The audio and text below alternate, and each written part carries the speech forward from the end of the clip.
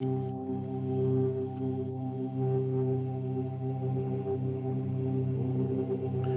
have one here, March the 6th.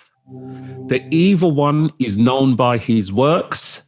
Be careful what you do to others. March the 6th. The evil one is known by his works. Be careful what you do to others.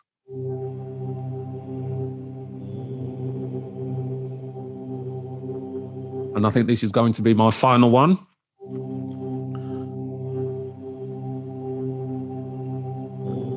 My final one here, I think, will be March the 28th. Protect your heart from people as much from desire. Protect your heart from people as much from desire.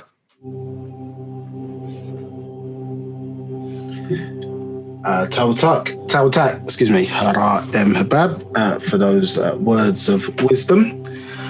Welcome everybody. Greetings to Natural Ether Energy Part 2 of Wu-Sabat Outformation classes UK.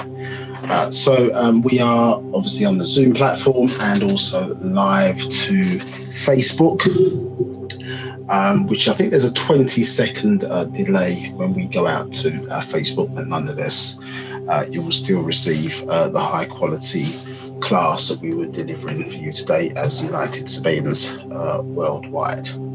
Right, okay, so first off, what we're going to do is just do a quick check on our sound and just making sure that you can hear me okay.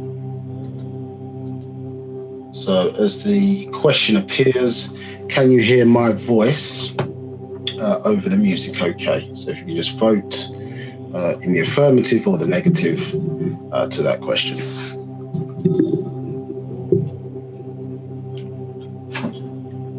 So can you hear my voice over the Om sound?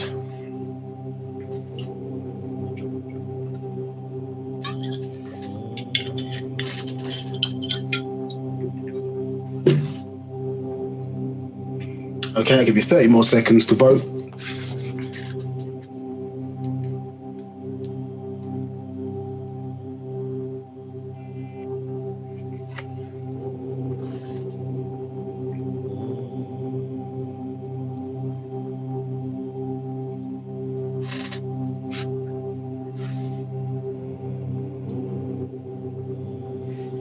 Okay, so it seems people can. If you are experiencing any problems, by all means, put your issues in the chat and the facilitators will do their best to help you. And just checking on the same vein, can you see the visuals okay? So again, if you can answer in the affirmative or the negative in that regard. So it should be clear and it should be moving clearly for yourself. If I move forward and back.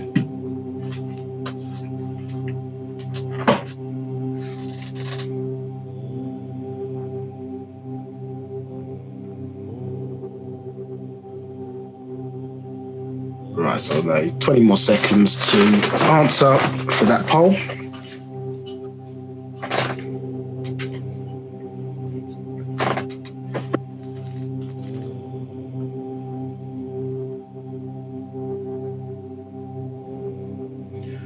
Okay, so if you do have any issues, by all means, as I said, put the feedback in the chat and the facilitators will do their best to assist you.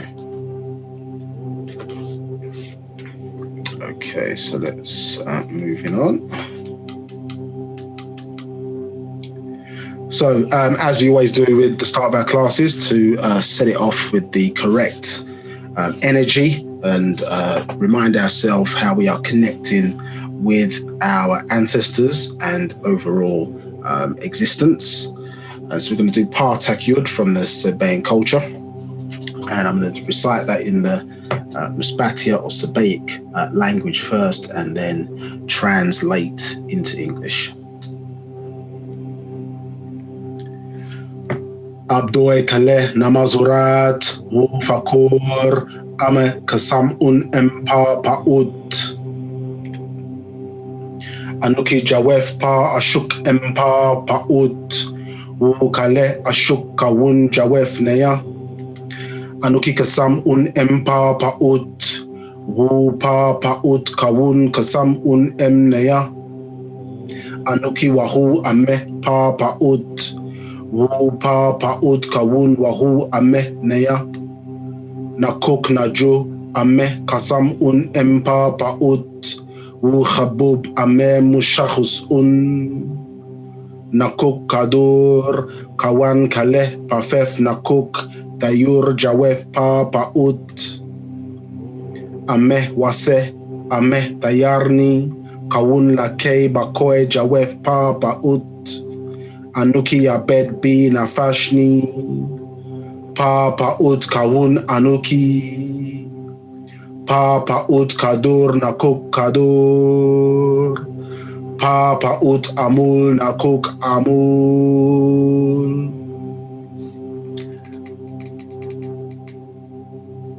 So we said Paa Pau'ut, and we said I'm in the divine love of the all expanding, and all divine love is in me. I am part of the all expanding, and the all expanding is a part of me. I am one as the all expanding, and the all expanding is one as me. I can succeed as a part of the all expanding, and fail as an individual person. I can be all that I want in the all expanding, as long as my want is to stay in the all expanding. I am never by myself. The all expanding is, I am. The all expanding can, I can. The all expanding does, I do.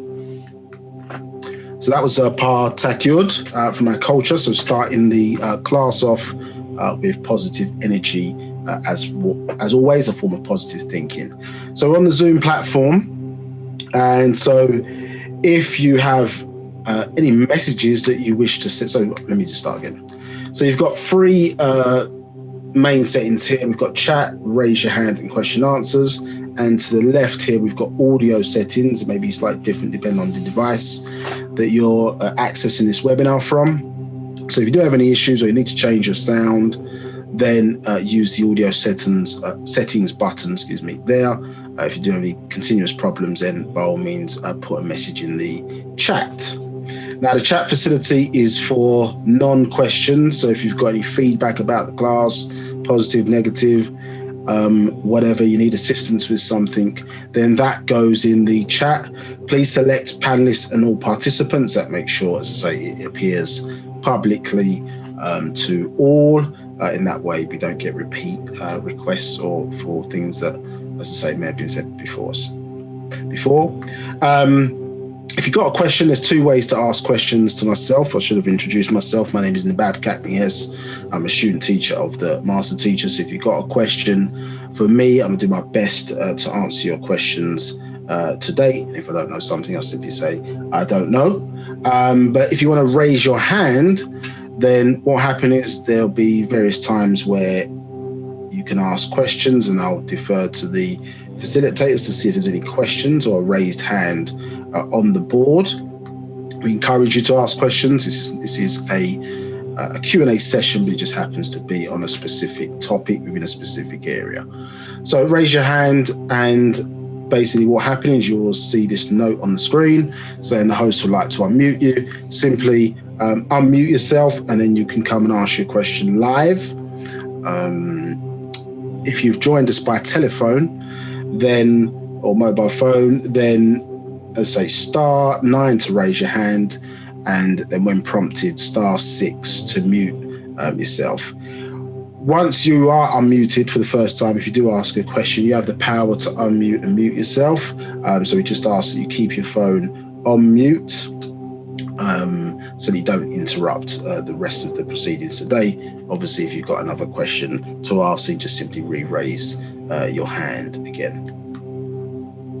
The other way to ask a question, if you don't want to come live verbally, then is to put it in the actual question and answer section, and you can put a written question in the chat, and written question in this section, and the facilitators will pick this up and they will ask those questions on your behalf.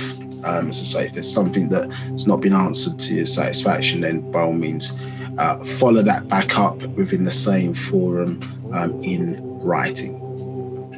If you join us on Facebook, then as expressed, there's a 20-second delay to where we are in Zoom. And so we're not monitoring it for questions. So if you do need to ask the questions, you need to go into the Zoom platform itself. The link is available in the events section as it pertains to this particular seminar.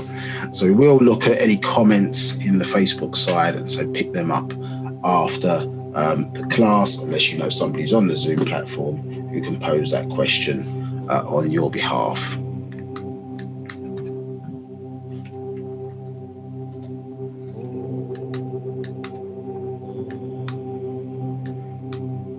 Now, we will have poll questions, so we do recap quizzes, and that's to ensure that, well, I'm saying ensure, but it's to hopefully give you an idea of whether this is sticking, what we're teaching, and gives us a bit of feedback in terms of anything that we might need to cover or go over again if there's a lack of understanding on a particular subject. We're starting off, as I said in the previous class, this class today, with a recap quiz. So, as I say, if you don't know any answers to the questions, obviously, it's going to be your best guess. And as I say, we will explain. So we use the poll question. So it is interactive. It's anonymous. We're not capturing scores. You're not going to get a certificate from us if you get 100% of the answers. You could probably get a congratulations. So the answer to the questions is not being shown anywhere else. But what we'll show is the collective results of the group. And that the poll questions are only available on the Zoom platform. If you're on Facebook, then by all means, feel free to put the answers in the comments. And so we'll look at those a little bit later. Right, so as I said, we're starting off Natural Ether Energy Part 2. So a smaller introduction than maybe what we usually do because we picked it up in previous sessions. So we're going to jump into Part 2 today, and this will finalize next Sunday of Part 3 of Natural Ether Energy. And then 2 weeks later, we will be doing another class on a different topic. So Natural Ether Energy is for today, Part 2, and then Part 3 will be next Sunday. And then we're back into our usual cycle of the first Sunday of each month and the third Sunday of each month. So, who is the master teacher? Well, Dr. Malachi, when we say student teacher, that implies and that we are under a teacher. And so we are student teacher of who we call the master teacher, Dr. Malachi Z York Okran, born in Ghana, June 26, 1945, Takoradi specifically, the city in Ghana, West Africa, of a group of tribes referred to as the Akan tribes, and specifically the Iwe tribe, which he gets that mitochondrial DNA link from his mother, Mary Abba Akran York, also known as Fatima Miriam. She was born March 10th, 1929, and a significantly important sacred feminine. And we acknowledge the feminine going back to a matriarchal as opposed to patriarchal society, as we always were in ancient Egypt before invaders came in. And this is based around or based upon the laws or rules, let's say correctly, of natural nature. So we're interested in aligning ourselves with how things work in natural nature, because when we're saying natural nature, the word nature comes from the name of our ancestors in the Sabaic tongue, referred to as Natharu, which means overseers, represented by the 3 flags of the hieroglyphics or Safaf script.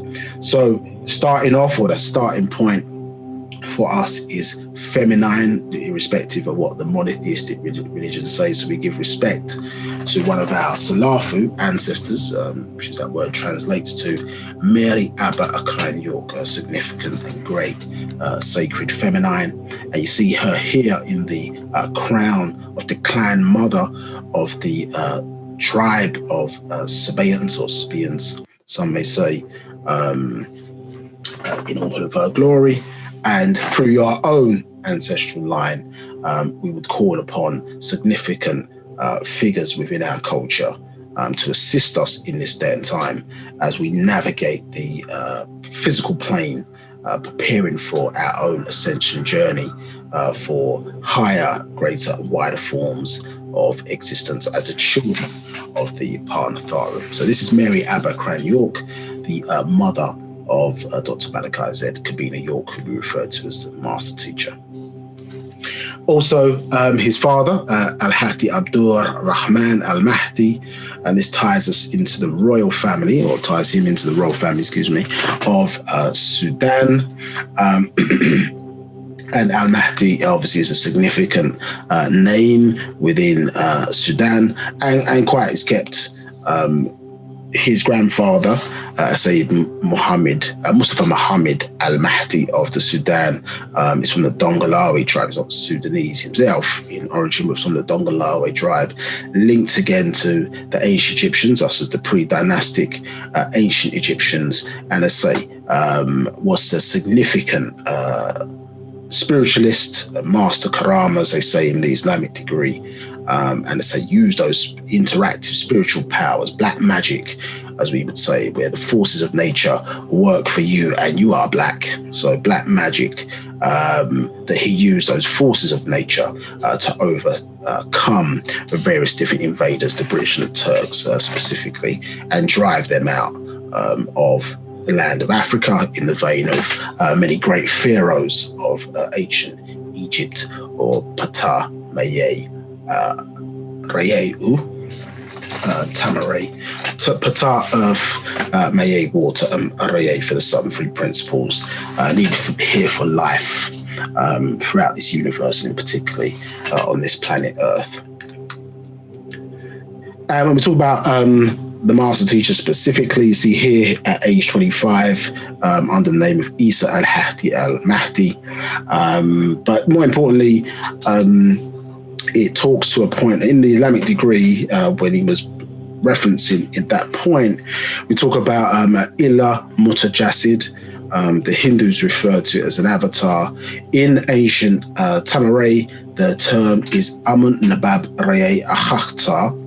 And this is basically a vehicle or a vessel that your ancestors speak through,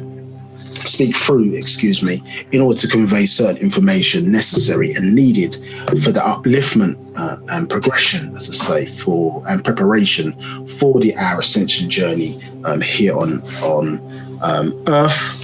And the Egyptians referred to this Amun Nabab Raya Ahakhtar Pahanut Jedi as Thahuti or Tahuti, some say. Understood. And so this vehicle or vessel, this master teacher at age 25, as he records his initiation story, he was in-housed by being named El Khadir, or the Green One, many different names in various cultures around the world. And this up to the around about the year 1996, when the release of the Holy Tablets came. So after that, the name of the vessel changed to Dr. Malachi Z, Kabina York, or Quran, to being housed then by one known as Paa Pau'ut Yaanuwn, also referred to as the 19th elder out of the 24 elders. And as some may be familiar with, in the 24,000 year cycle, the renewal of our story, the 19th elder occupies the 25th seat, which is on Earth, in order to use their symbolic 1 hour to convey the necessary information that we need in this day and time as we come to the end of an era, or what would be referred to, or some say end of the world, but in reality it is the end of an era. So a shifting or a change in the cycles of time, particularly in this instance where we're moving from a lunar cycle into the sun cycle, the end of the Mukasu or Caucasian rule, which ended in the year 2000, bringing us into a new cycle. And so this elder, the combination of these two, by way of the Amun Nabab Rayakta, is necessary for the elder to use the hour to raise or transform us as Nagaru, Negroid people, from mortals back into deities once again.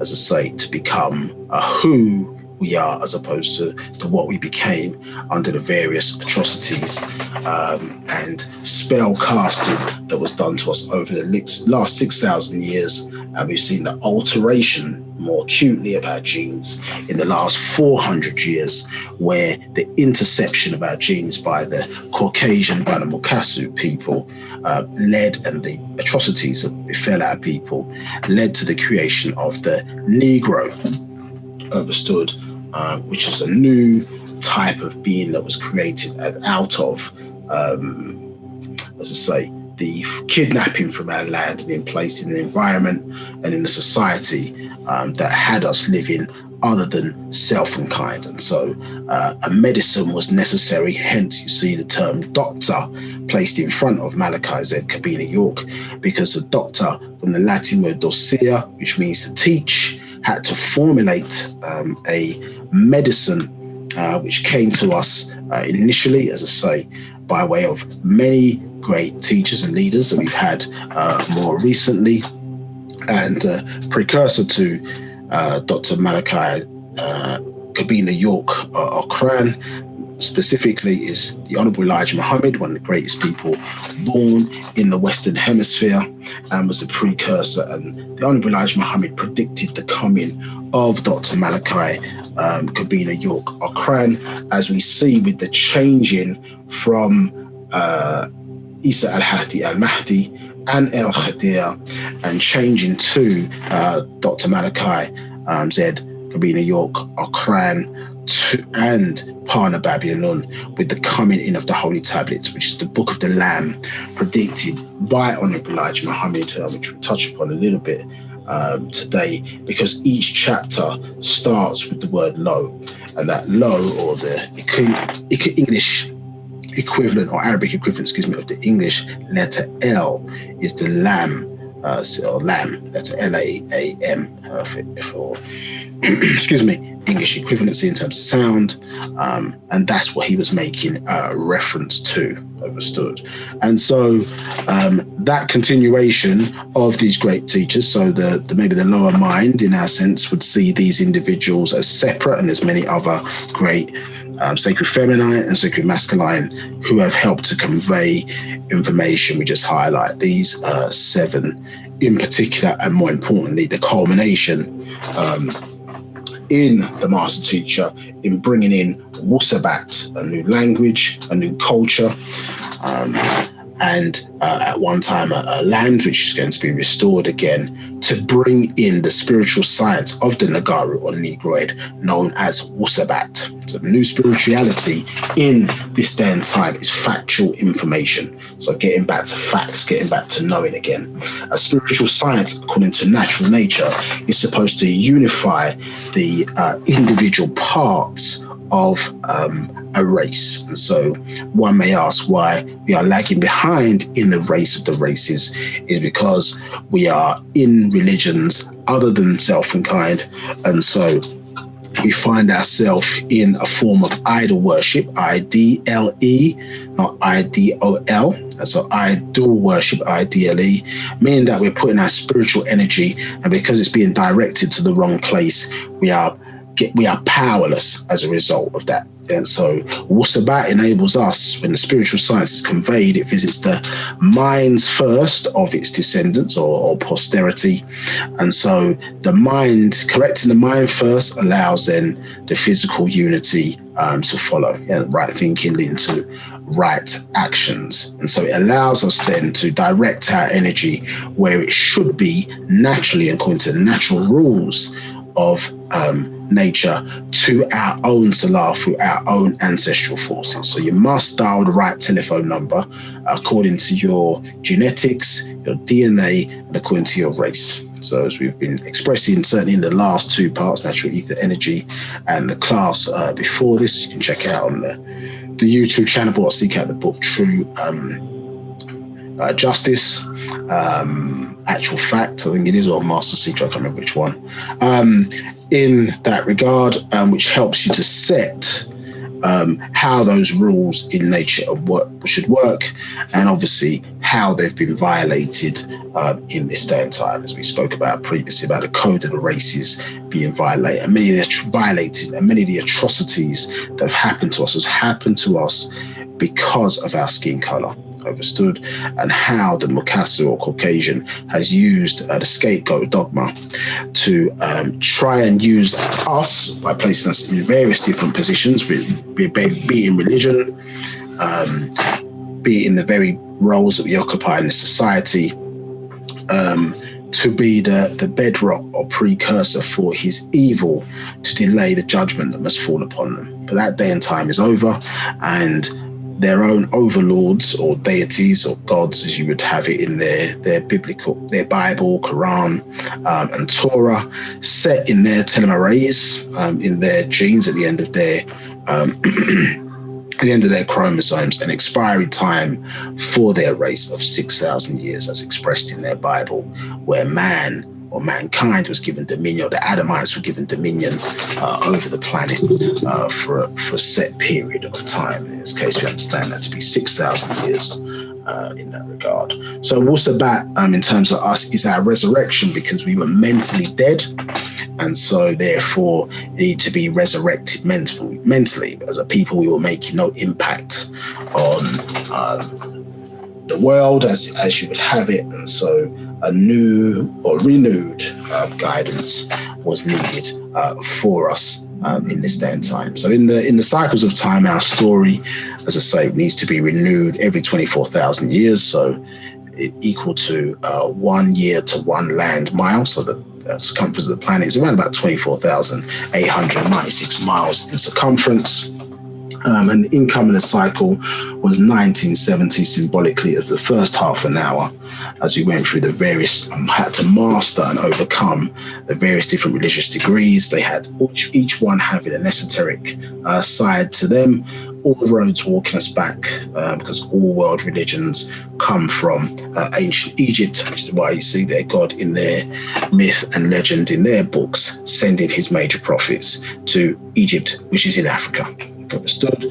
And so that should have given us an understanding into an understanding that the various different terminologies being used in the Bible tied simply back, or were copies of books or tablets as recorded by the Sumerians, and in there they are the copies of your famous, world famous, or biblical or monotheistic stories, and there the gods, lords, most high, etc., have actual names who are sitting in those various different seats or job titles, and these are known as the Anunnaki. So simply extraterrestrials, if we use modern day terminology. So what I'm going to do, I'm going to stop there and go to our class today, because we've got a lot of information to get through.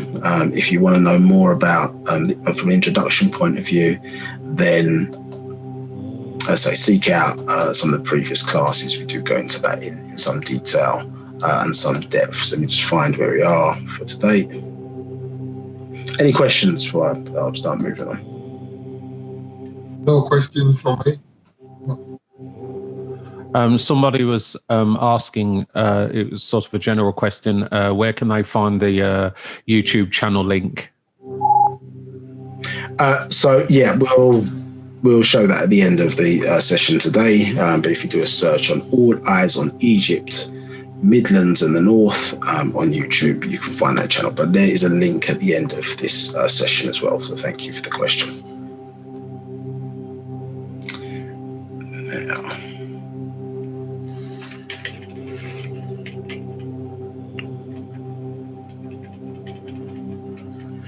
Okay, so I think this is where we ended the last time. So what I'm going to do now, I'm going to set a quiz. So there's about 10 questions. So do your best. It is a test, but it's not a test of you. If you've not been to the classes before, you missed part 1, I should say more so. Then just do your best guess, and then we'll walk through the answers together before we just step into what we're going to talk about today in terms of part 2. So I'm going to roll this poll. If you're on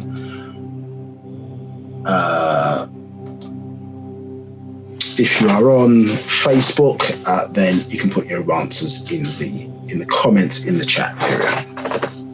Okay, so launching that poll now. I'm going to give you, it's 10 questions, so let's give you till 2:05. So 10 minutes, a minute a question, shouldn't take you too long. If you don't understand any of the words in there, then look them up in a dictionary. Yeah, so you make sure that you understand what's being conveyed in the question. Okay, so 10 minutes, and I'll stop talking now so you can concentrate.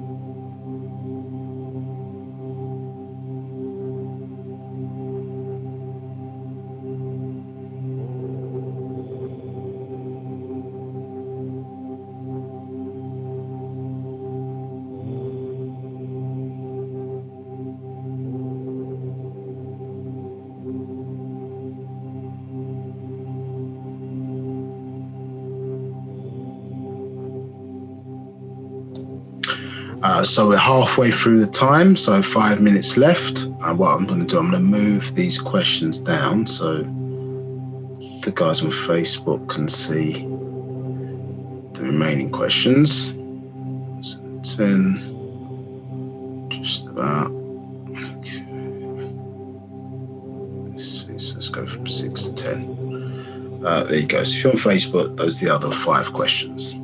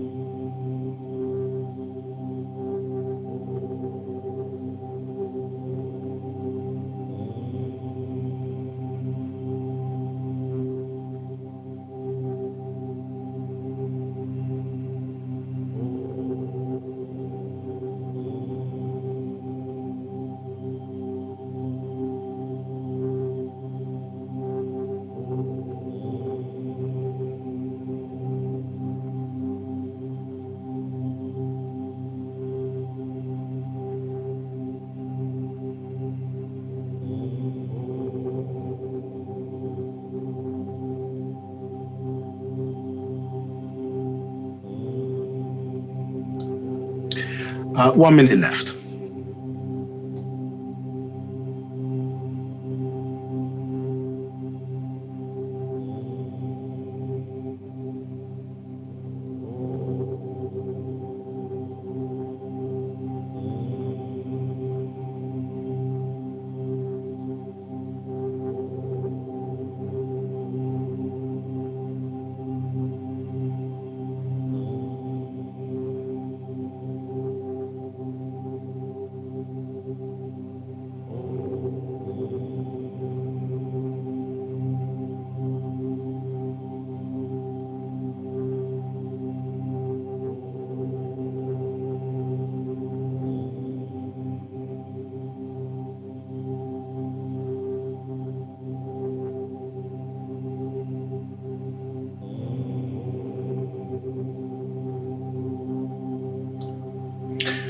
Okay, so that's 10 minutes up. Let's work through the answers. Let's share those results on screen and see what we've got. So the first question was, what percentage of your 24 chromosomes, that should be somes, S-O-M-E-S, apologies for that, in your genome are you always using? So the correct answer out of these is 24%. So the one with the highest number of responses there is correct. So well done to you guys. What percentage of your satellite or jumping DNA are you using and its purpose?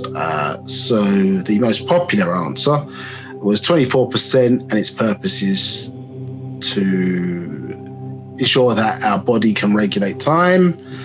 Let's see what the answer is here. So we had a few nice little tricky ones in there. But the answer is 76%. So its purpose is to interface. 76% is of your DNA is satellite or jumping. So if you add that to the 24% that you're always using, then that gives you 100%.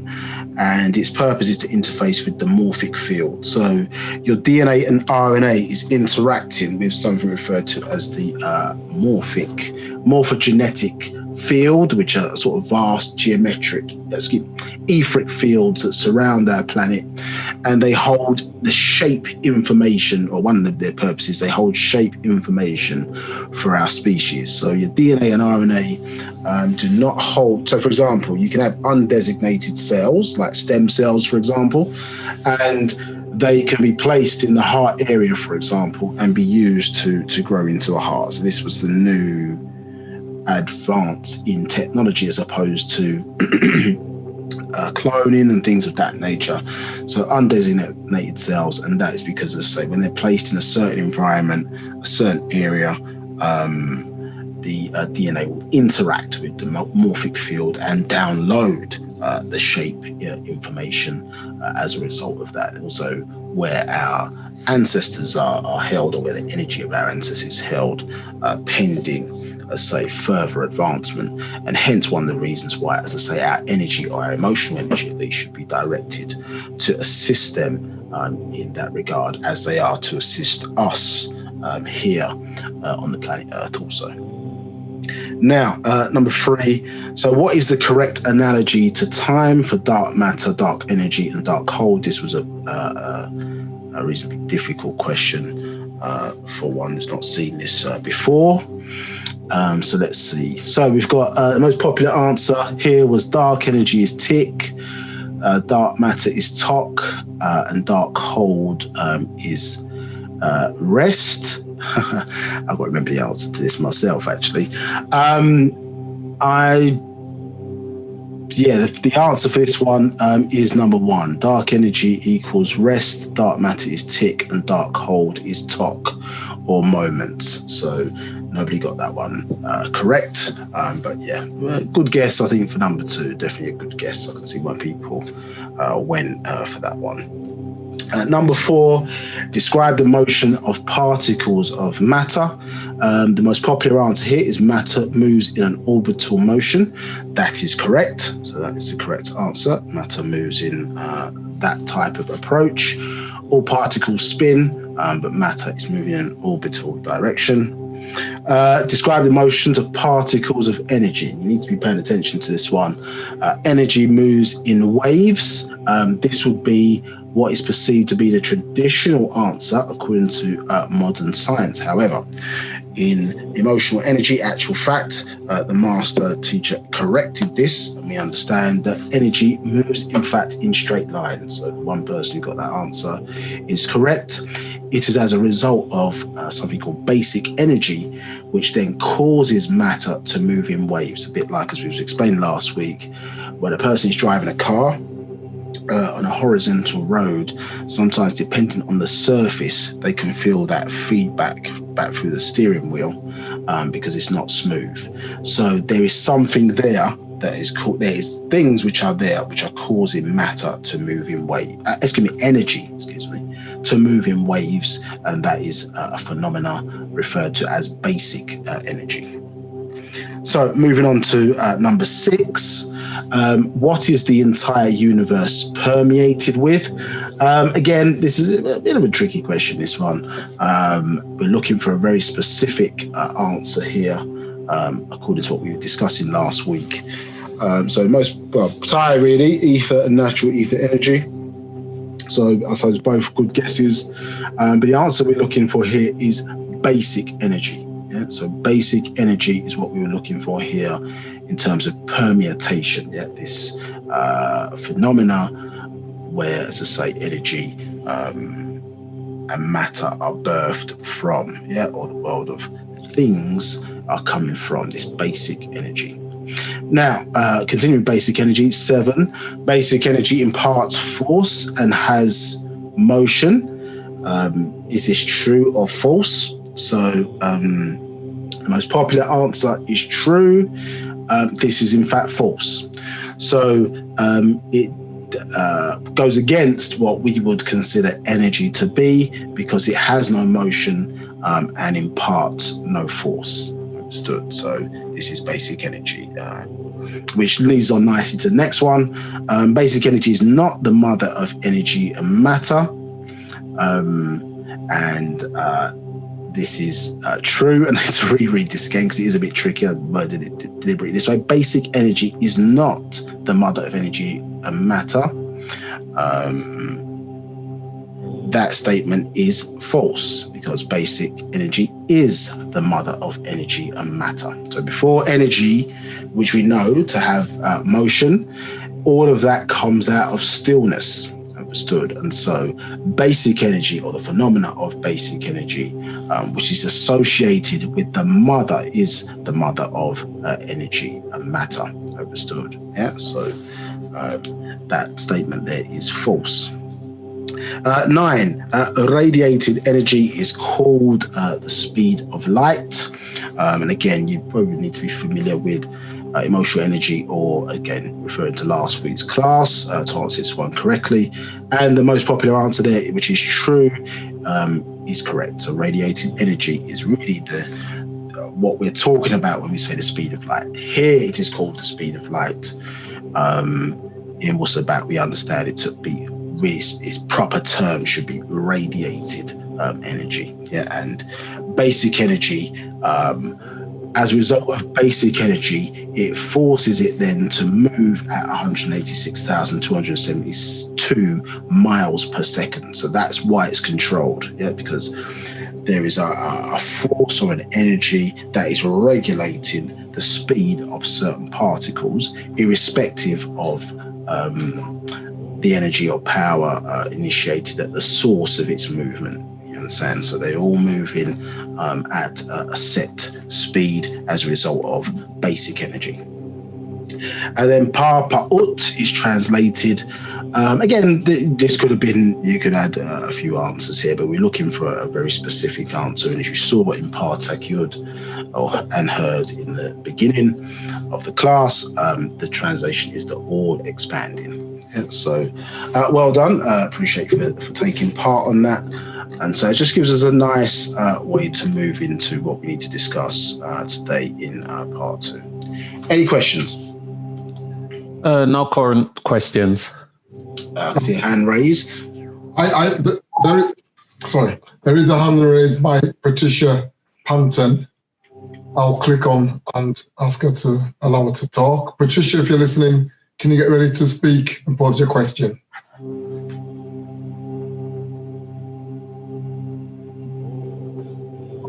Hello? Hey, how you doing? How you doing, Patricia? All right. What is your question, Patricia? How can we help you? Oh, yes. Are we ruled by the Adamites or the Edomites? So is that ruled? Ruled, yes? Yes. I remember earlier you said that we're ruled by the Adamites. But I remember last week I was looking at something and I worked out that we're also ruled by the Edomites. So can you tell me if we're ruled by both or just one of them? Okay, thank you for your question. So in terms of ruled, we're not ruled by none of them. What happened is that in the Bible, and it's good that you've kind of, through your research you've done, because the two words are actually connected. It's just by way of vowel interpretation that they appear slightly differently. And I understand that from a biblical point of view, the Edomites are different from the Adamites. The word Edom comes from the word Edom means red or ruddy, and the word Adam itself as well means its real meaning is red or ruddy. So the interpretation in some offshoots of the monotheistic religions is that those relate to black people. And in actuality, they do not. They represent or relate to Caucasians. So their Lord in their Bible, or the Lord God in their Bible, gave them dominion.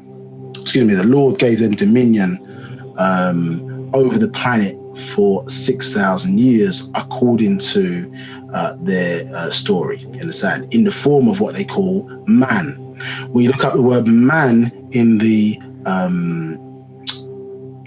Hebrew language, using a concordance, every time you see the word man, it's really the word Adam. But they play a game where sometimes they leave the word Adam untranslated. Yeah, and it should really be man. So you look at the word man, concordance number, or Strong's concordance number 120, which are used for Adam. It is the word for man, obviously from the word Adam, meaning of the ground. And so, but yeah, red and ruddy. So when we talk about rulership, we're talking about they were given dominion for 6,000 years, and that rulership ended. Obviously, through what you would call the kidnapping and various other means, we have allowed ourselves to be subjugated to that. But the only rules that we should be adhering to is nature's rules. As the children of the Natharu, that is who we are. Those are the rules that we've put ourselves under, as opposed to the laws of man.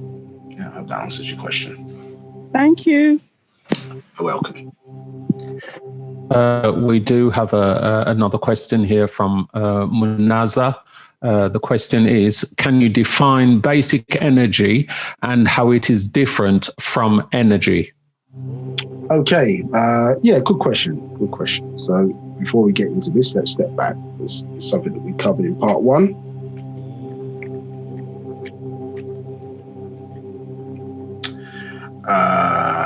And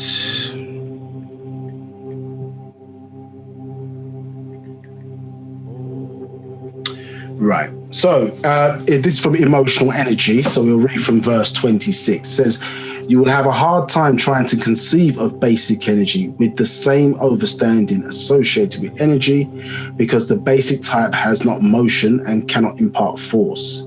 It is quiescent, passive and imperceptible. It is the Mu'at, mother of energy and matter. It is that from which all things are created." So, which we will talk about today. You have the world of things, i.e. NO dot things. So what people refer to as nothing, but it's really not nothing. It's NO dot, as in number, things, versus the world of some things. And so at a certain point in time, or when we're talking about this darkness or the existence, what we're calling space, we were talking about in part 1, and showing you the world of things and what atoms, quantum particles, and various other subatomic particles, what they exist in, or what they were birthed from, is this phenomena of basic energy. So to make it clear, you're talking about a state where you're talking about actual stillness, where there is no motion in that sense, or what as you would classify as vibration. And from there, things started to move, you understand, or came into motion. Therefore, as they moved, they became detectable because of the fact that they were moving. So they were birthed out of this state called basic energy. So in one sense, if you considered the doctrine of vibration, one of the two is 9 doctrines, the doctrine of vibration. And you think about it, if you were to, I don't know, put your hand up and down, for example, and denote sort of motion and movement of your hand going up and down, the faster you did that, isn't it? You understand? It would appear at a certain speed that your hand is still because of how fast it's vibrating. Equally on the other end, if you were moving your hand very slowly up and down, you could move it so slowly that it would not appear to be moving at all either. So when we think about coming from the direction of speed, we could go so fast in vibration that what we would see would appear still. You understand? It's movement or vibration. We couldn't see whether it was moving or not. That's how fast it's moving. So you're talking about energy being birthed from a state where the vibrational rate or power that would cause that vibration is so powerful, understood, that we've gone prior to motion. And so therefore it has given birth to things which can move. So motion is being birthed out of basic energy, or energy is being birthed out of this state of basic energy. And the reason why it's associated with the female or the woman or the feminine is because, as I say, of the fact that according to nature, that is where things are birthed from. We are also literally in the physical birthed out of a state of triple darkness, correct? So the 3 trimesters in the womb are a state of triple darkness and also represent the darkness which you see outside of yourself, which we are calling space. But as we covered last week, space is not empty.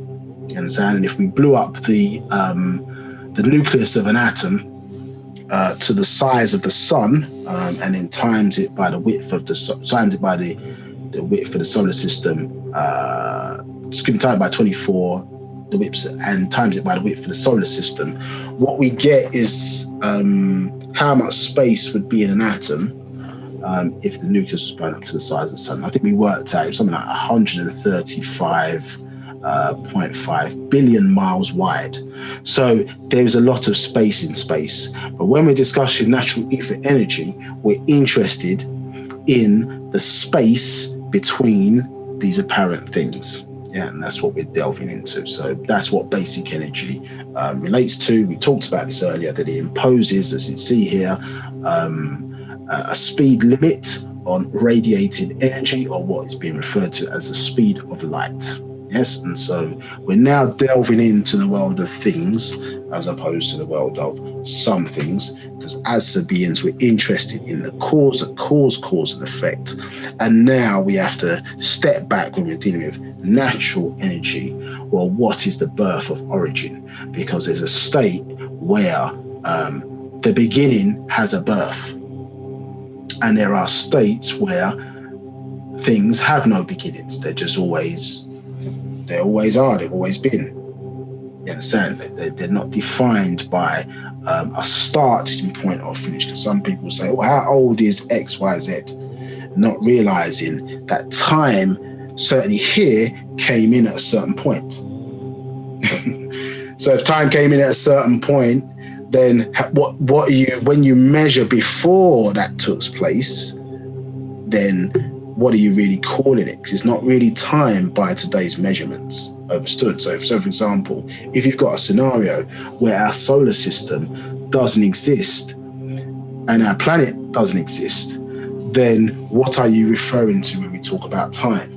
There would have to be a state then before time came in and existed, if you wanted to measure by it, or the concept itself is, to some degree, is irrelevant, because our time, as you know, is based upon the motion of the planet Earth around the sun. So if the solar system it's not here, then that measurement can't work, because the relevant different things needed to make that measurement are not in place. The same way, geometry, the measurement of geometry can only start with the planet being here, because the geometry or the system of measuring is based upon the planet. Hence, Earth, metry, to measure, understood, is based on Earth measurements. So therefore, a different system must be in place in order to measure, if that's what one would require to do. So that is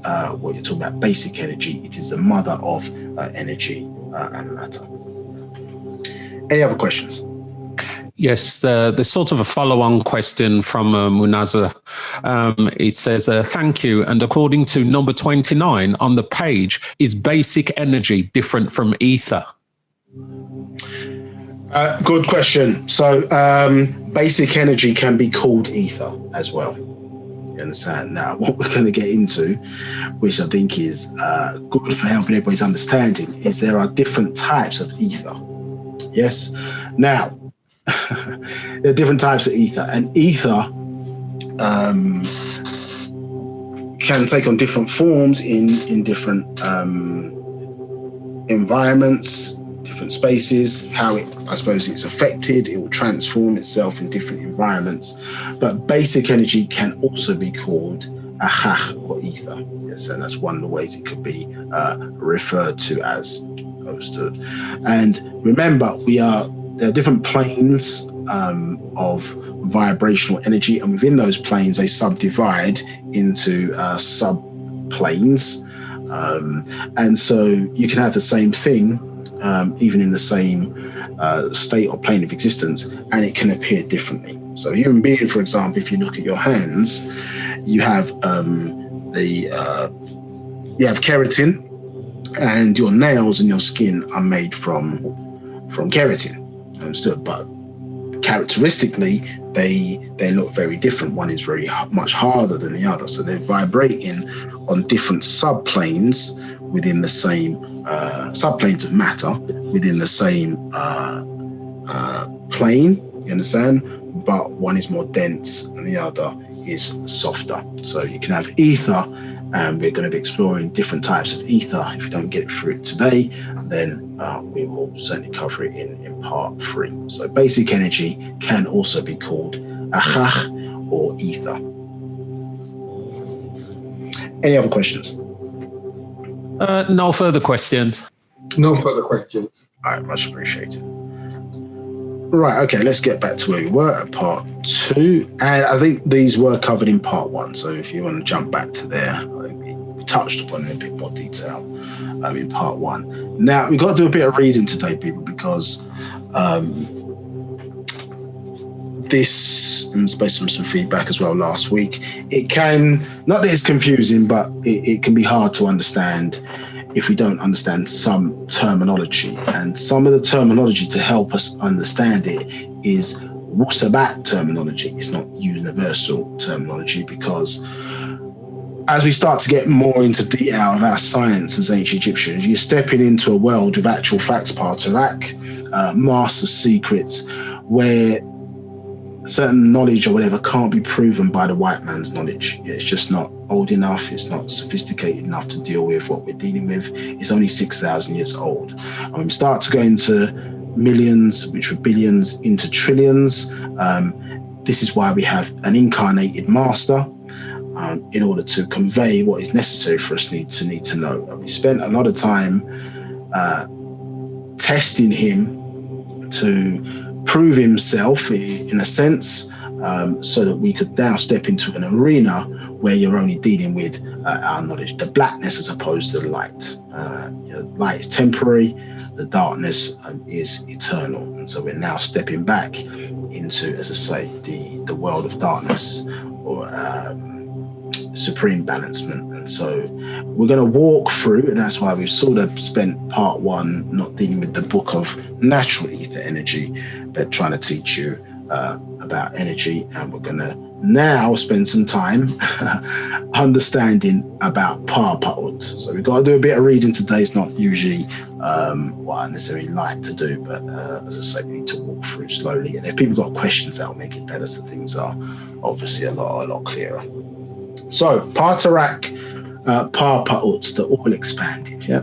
So one. Likum, my beloved, Nuwap, Kharad, Nuwapian children, my jewels. Notice, Pau'ut, all expanding, omniverse.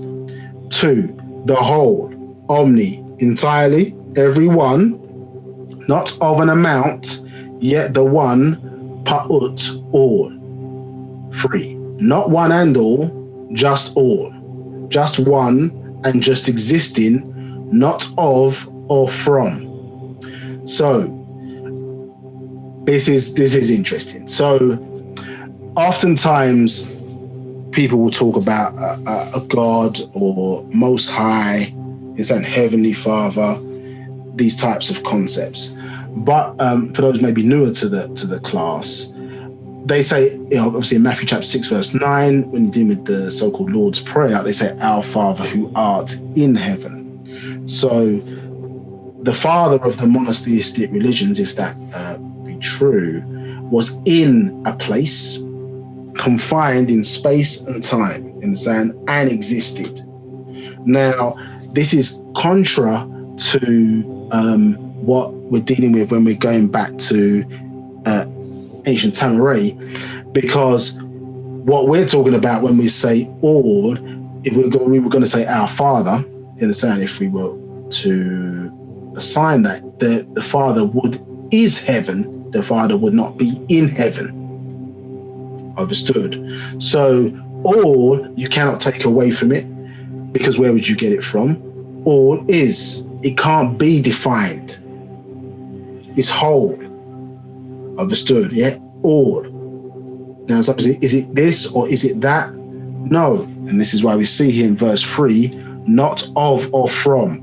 So people say, well, what's it made from? Well, it's all. Understand? When did it start? It didn't have a start. It's all. It is. All is. So this is where you understand, it can't be lesser in that sense, because how can it be less and still be all? So all is omni, entire. Understood? And so this is, I struggle even to say the word concept, but if you have to use that, because that in itself is limited. Yeah, and so you're getting to a point where our mind sometimes has to simply, Wu-Sabat is supposed to be simple, but it's difficult because of what we've learned, raised in this society, and obviously the language we speak in terms of English is limited. So this is why we have to kind of take time and be guided our way through. So the whole, omni, entirely, every one, not of an amount, yet one, Pau'ut, all. 3, not one and all, just all. Just one.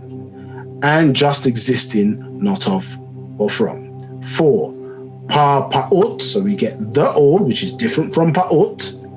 The all is of is, while Pau'ut, all, is just is.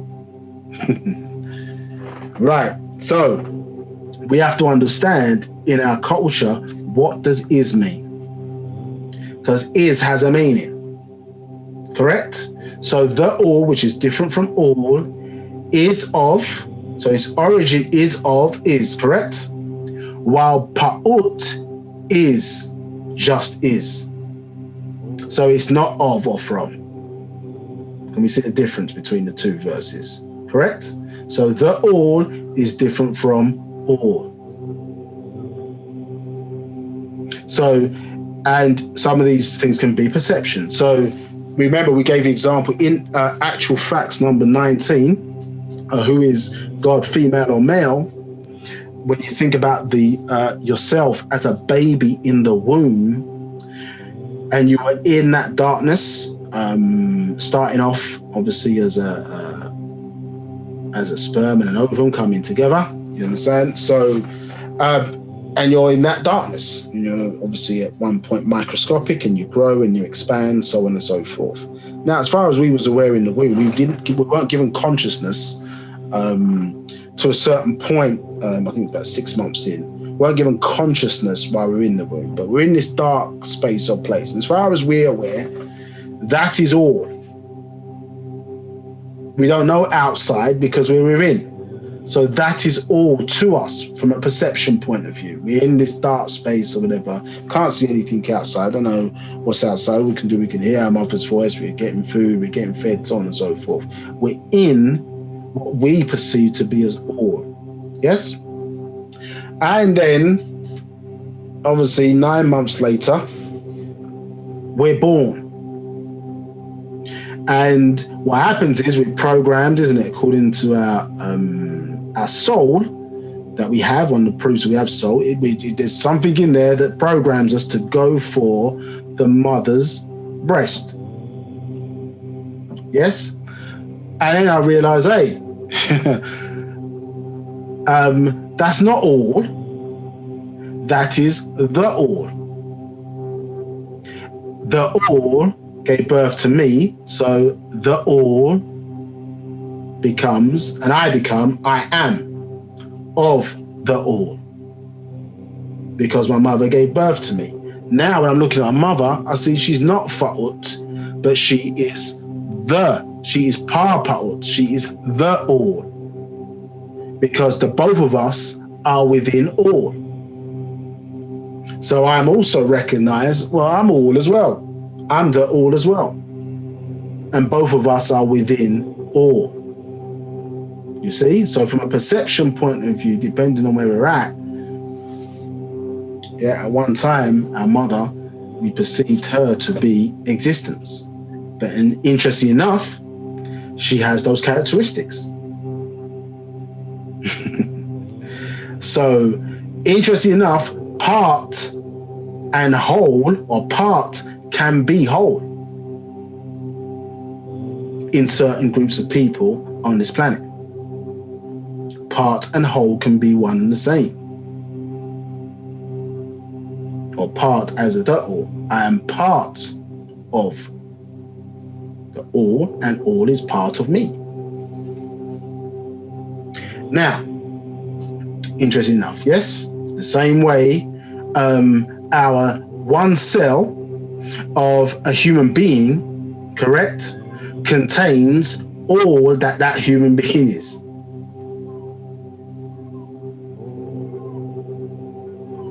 In their DNA and RNAs. All that you are, you can be recloned from one cell.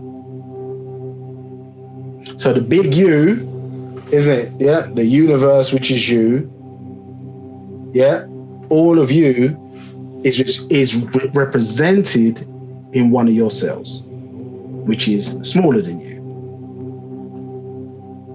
So the whole, understood, is also showing in the one or part. Think about that for a few seconds. Verse 5. Just as Nawab Kawan, supreme beings called Pa Nawab, the supreme, then incarnates as the supreme being, all of unique nature at work, being.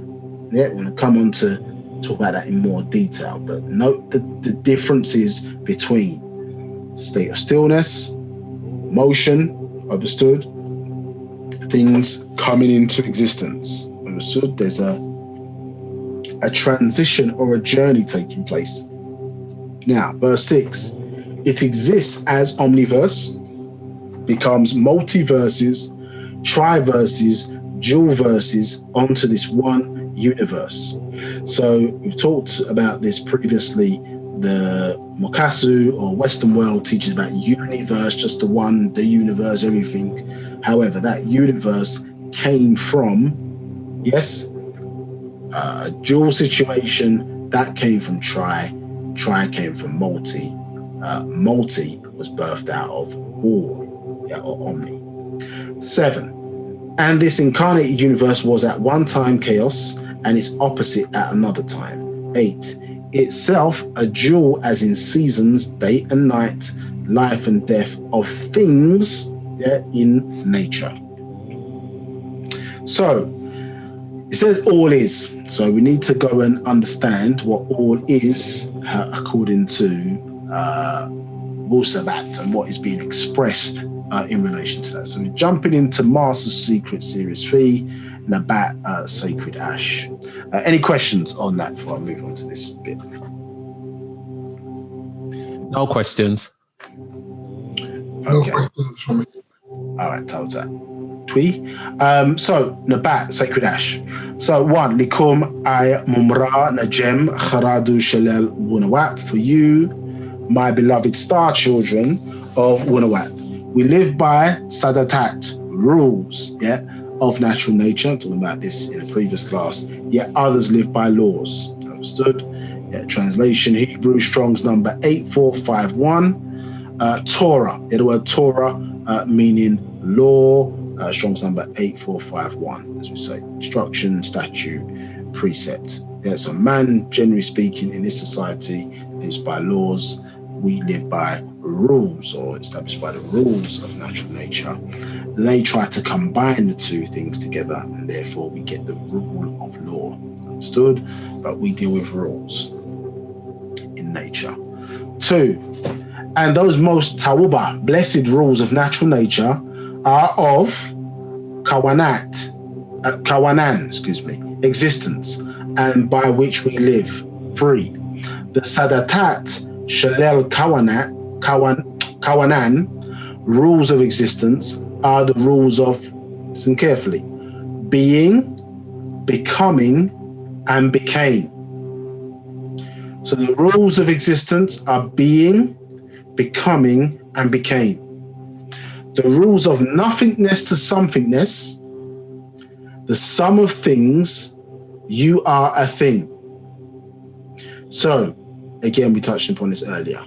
There's nothingness, and then somethingness. I feel like I'm almost explaining nothingness, but we better explain it again for those in the class who join us for the first time, so we don't get confused. So apologies for those who feel like I'm repeating, but this is important. So nothingness, according to the first sum, and this is according to what we understand today in terms of modern science. It doesn't mean it's correct, but in terms of modern science, the first sum is hydrogen. So they calculate the first sum as hydrogen all the way down to 99, which is Einsteinium, correct? That denotes physical existence. And at one time, the hydrogen was thought to be the lightest atom, or the first point of existence, meaning that elements could not be broken down any further. This is the first point in existence. Until obviously in the 60s, they took some hydrogen atoms, smashed them together, understood, and found out, well, hey, this hydrogen atom is actually made up of smaller particles, quarks, as they denoted its name as, understood? And so therefore, but basically it was considered to be theoretical by them because it didn't have a weight, as we know weight to be. And if you, the example that we kind of give is, if a person stands on a scale, then yes, you may weigh, I don't know, let's say you weigh 12 stone. Yes, you stand on a set of bathroom scales, you weigh 12 stone. If you put a feather on those same bathroom scales, is the feather going to be registered by those bathroom scales? The answer is no, correct? But does the feather exist? Yes, it exists. So by way of modern science's ability to measure things, they say, well, it doesn't have a weight, therefore we can't register it, and so we recognize it's theoretical. We call it theoretical particles. Obviously, in our culture, we reference the darkness as well as the things that come in the light, because we recognize that some things must be birthed from the world of things. Or like today, if you go back, the child in the womb of a woman,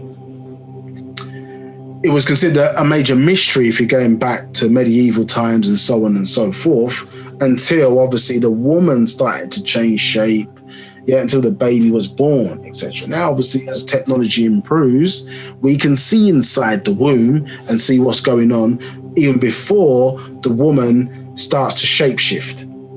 But our technology doesn't allow us, for example, to pick up what is taking place in the world of inception before you get to conception, which is the Big Bang. So conception, obviously when the sperm hits the ovum, is Big Bang before microscopic entities. But clearly there is a part process that takes place before conception, which results in the sum being produced, isn't it? So the sum in that instance is sperm hitting the ovum. But prior to that, obviously things are taking place which allow that conversion or fusion to happen. Understand? We don't have the ability to measure that. So we're not measuring inception. We don't know the influencing forces that led to the they say the child brings together their parents, but to measure exactly when that took place, when it happens, is not within the gift of the technological knowledge of modern day science today. So you're only detecting it from your ability to measure things. So the world of nothingness is not being properly accounted for, understood. Now, this is what the master is walking you through many years to explain the differences between the two. So nothingness is the world of things, as opposed to something which, for all intents and purposes, starts from hydrogen. Or to even simplify it further, for at least for this discussion, the world of matter is the world of some things, and when we go before that, we're talking about energy. And the transition between energy into matter is where we go from what you are calling spiritual, maybe, and then into what we're referring to as the physical. Or etheric is actually a better word, to the physical. So we get a delineation between matter and energy. But as I said, this is based on the way things are measured. Based on the way things are measured and the ability to measure, obviously, a different culture with more sophisticated technology could measure those delineations differently. Now, for our understanding, something is matter, nothingness is we're going into the world of energy. So we see the rules of nothingness to somethingness, the sum of things. You are a thing. So where's it telling us that we are? Are we matter? No, we're coming from the world of things. We're starting off from the world of energy. It talks about us as Musbatu, Nagaru, understood. We are animists. Animists deal with the fact that we have the viewpoint that we descend from our soul force. All things descend from soul. Soul, energy. Soul, as we've talked about previously in this class, is linked to the projection of the mental. It's a reflection of the mental. We're going to get into that in some great detail. So we're just trying to keep things fairly straightforward for now. So it's saying you are a thing. Mukwanun, a being. You of is. So we are of is. You are. Okay, right. 4, the rules of things and my beloved of things are the exact same. So listen to this carefully. So the rules of things, understood, and my beloved of things are the exact same. So the rules of things and ourselves, because remember in the early part we're being referred to, you understand, we are also can be referred to as beloved, yeah, mumra, yeah, beloved of things. So us as a thing and the rules of things are exactly the same. And saying because all things or a thing is all existence and existence is all things. So we gave you an example of yourself, the way our design is, yes, or our universe is. Our universe is us whole as one human being, but those same things or characteristics or those abilities are also in one of our cells. You understand? Yeah. So all existence can be, as I say, a thing, or it can be all things in terms of those rules, the way in which those rules work. And it doesn't work in all beings. Yeah, it's talking about beings who are of is. Now, the rule of is and are. The things of is are. The purpose is of are of is. And this is why, as I say, we have to get time and go through this in some detail. So, the rules of is and are. So they're two separate things. Understand? Yes? So what is the rules of is? Well, the rules of is, yes, are the rules of things. Yeah? And a thing is all existence, and existence is all things. So we understand that the rule of is the rule of things. Are is slightly different, but let's see what it says. The rules of, so the things of is, so the things of all things are, so they exist. The purpose of it is, of are of is. So is of are, yeah, so things of are, or things existing, you understand, is, are of is. So its purpose of is to exist. Yeah, to exist. That's its purpose, is to exist. It says the true and only purpose of is existence as a material thing, shachas, person, being. Material is matter, be atoms or cells. It is to exist, to occupy. 8, to occupy. 9, to affect by cause. 10, to fill, fasar, wu, wagat, as we know as wakut now, space and time. 11, existence with shayanat, things. 12, which is in fact is to become something in itself. 13, to hawu, create things, is the first member or part, the particle. The second member or part is becoming from being. So this is discussing how in nature there is an inherent characteristic on nature to move from a state of basic energy or is, obviously things, for things now to become into motion, to be understood, and then to become something or grow into something understood, which would become detectable for us, at least in the physical, where it becomes a something. Understood? It's the same way when we look at the symbolism as associated with the movement of the sun to somebody looking on Earth. We talk about atum, the point where the sun appears to rise, or in some ways it appears in the morning.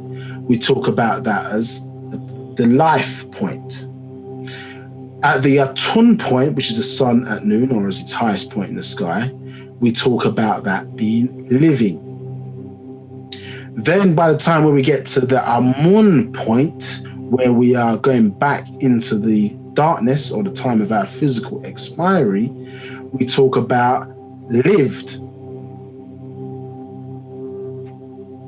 Yeah, so in the reverse of us coming from the very origin of things, yes, we're talking about being. But being has to come from what? Be. Be becomes into being. Exist first. then certain rules have to help cause it to formulate into, to formulate, which is to stay that, to have shape or move into shape or be given shape or to be shaped. And then when it is shaped into something that is detectable, then we say, well, okay, that it is something, but it was a thing before that. And so it's transitioning by way of these rules, all as a part of all. So this is what we're talking about when we're going back into these parts. So when you're saying all is, we understand that it has a meaning. Yes? And when we talk about are, we are, the word are, even in itself, if you look it up in etymology, before it was are, it was the word be. And even in certain slang, people still use the word be instead of are. I think about some slang more in America than the UK, but that's how we be. Yeah, but that word be is really are. We've changed it in English now, we say are. But it's be, like to exist. Understood? Before things became known to exist. So it is something we have to take time with, because there's certain terminology, the way we're using it, it has specific meaning according to the masters who were responsible for what we call physical existence, or how we know it today, how it became, how it arrived. You understand? As the master says, I was there, which was here when the word was said. So they've always been. They've always been here. They've always been part of what we understand to be existence. And therefore, that's where our teachings are coming from. Whereas in the Mukassar world, they have to dig, search, or they're going backwards. Whereas your part of the Ba'h B'ah Yaanuwn is to bring the past and make it relevant to now, because we came from that, or we are of that, which is and are. Now, let's look at these terminology. I think we have explained it. I was going to go for them in more detail, but we've broken it down to help us out. I think we've sort of explained it, so I might bypass this. But it says the rules of natural nature are of existence, by which we live. Rules of existence are the rules of what? Being, becoming, and became. Yes, we looked at that a bit more slowly. The rules of nothingness to somethingness. So we're talking about that transition, isn't it? From the darkness of space into things coming in to become detectable in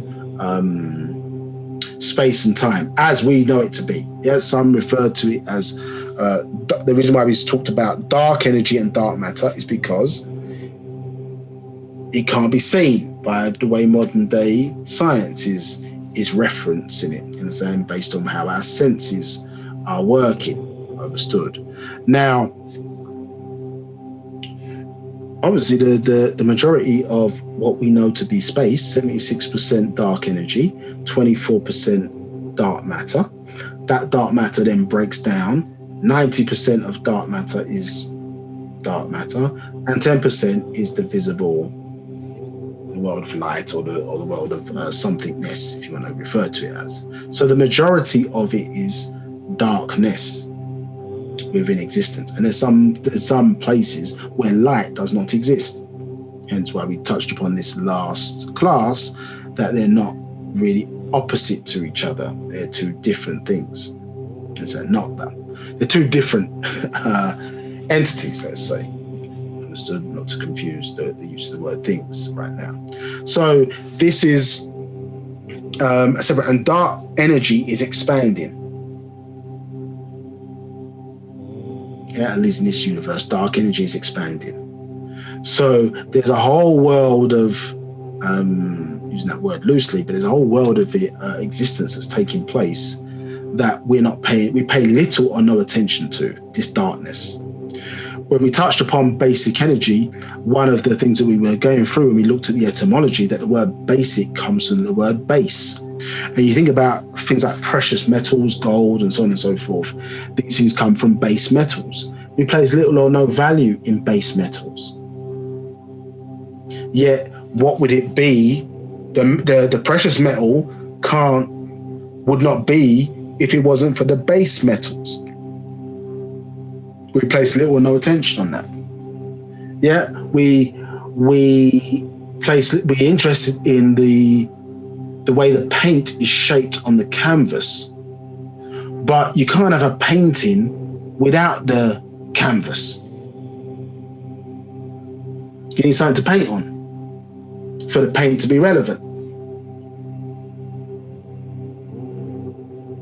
We think of the books being written, and from a consumer point of view, you pick up let's say a Wu-Sabatic book, any one of the books, and most of us, let's be honest, we flip to the pages and run. Man, what's the latest information? Do we place value on the cover design? Do we place value on the person who put the book together and had to put all the pages together and the content and put the pictures in the right place and translate the kind of master's thoughts and thinking, his words or whatever, and put it in a certain thing in a coherent way on the page? Do we place value on those things? Do we even think about that process? Because it's not like a movie that you don't get credits, you understand, necessarily written in the book. We don't think about those things, let's be honest, as consumers. We don't think about that side of things. We're interested in the focus on the light side, the result. We're not interested in the things that help to arrive at that result. Now, as a consumer, that may be acceptable behavior. As a Sabaean, as an Agaru, this is not acceptable behavior, because we're denying 90% of ourselves. We're ignoring the 90% to focus on the 10% light. And so in order to understand natural ether energy, we're having to understand what's taking place in the majority of what's being called existence, not this small part that is somethingness or the light side. What's your question? Any questions? No questions. I have a hand raised by Joseph, and I'll ask Joseph to speak. Joseph, if you listen, I'm allowing you in.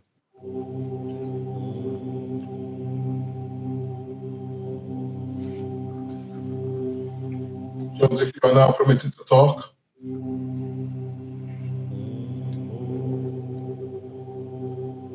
Joseph, you there? You got a question? Just need to unmute yourself.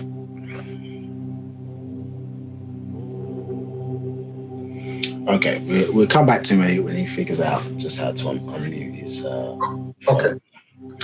Okay, so the rules of nothingness is something, the sum of things. You are a thing, so it's important you're coming from that darkness. Mukwan un, yes, a being. You of is, you are. So interesting enough, as we are all. Those same things being described as all, or Paa Pau'ut, is being described, or we're being taught are the same of us as well.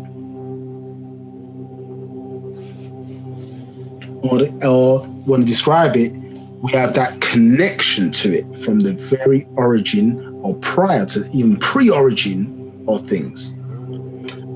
This question there. Right. Yeah, go ahead. Right. We have Sir Tet Rak up, and he wants to talk. He's got a question. I'm letting him in now.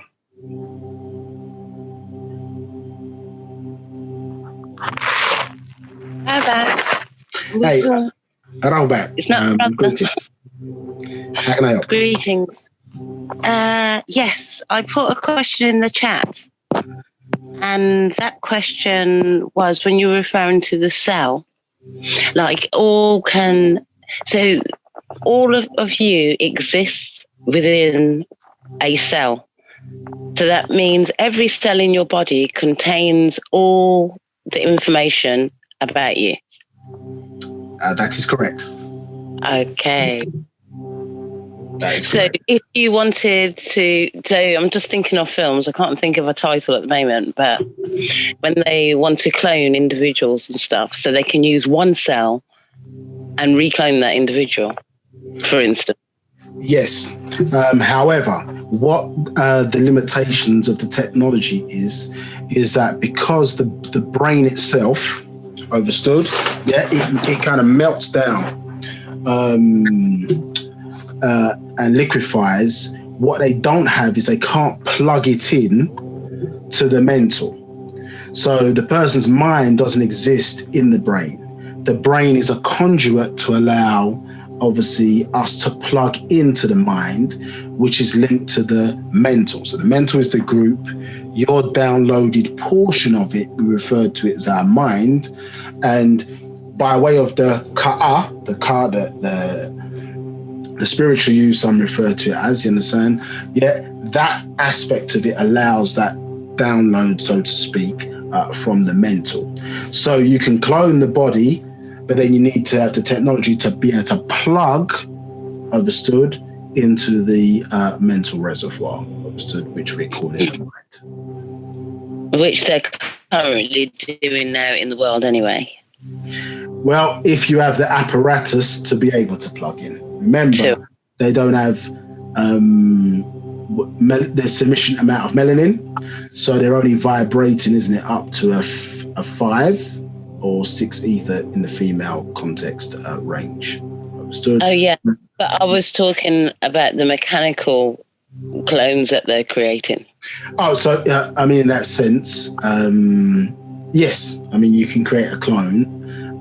If you're talking about us being cloned, and it's all about us, I'm saying Nagaru, then, as I say, there's a ritual, as I say, that took place even in ancient Egypt, referred to as the opening of the mouth ceremony.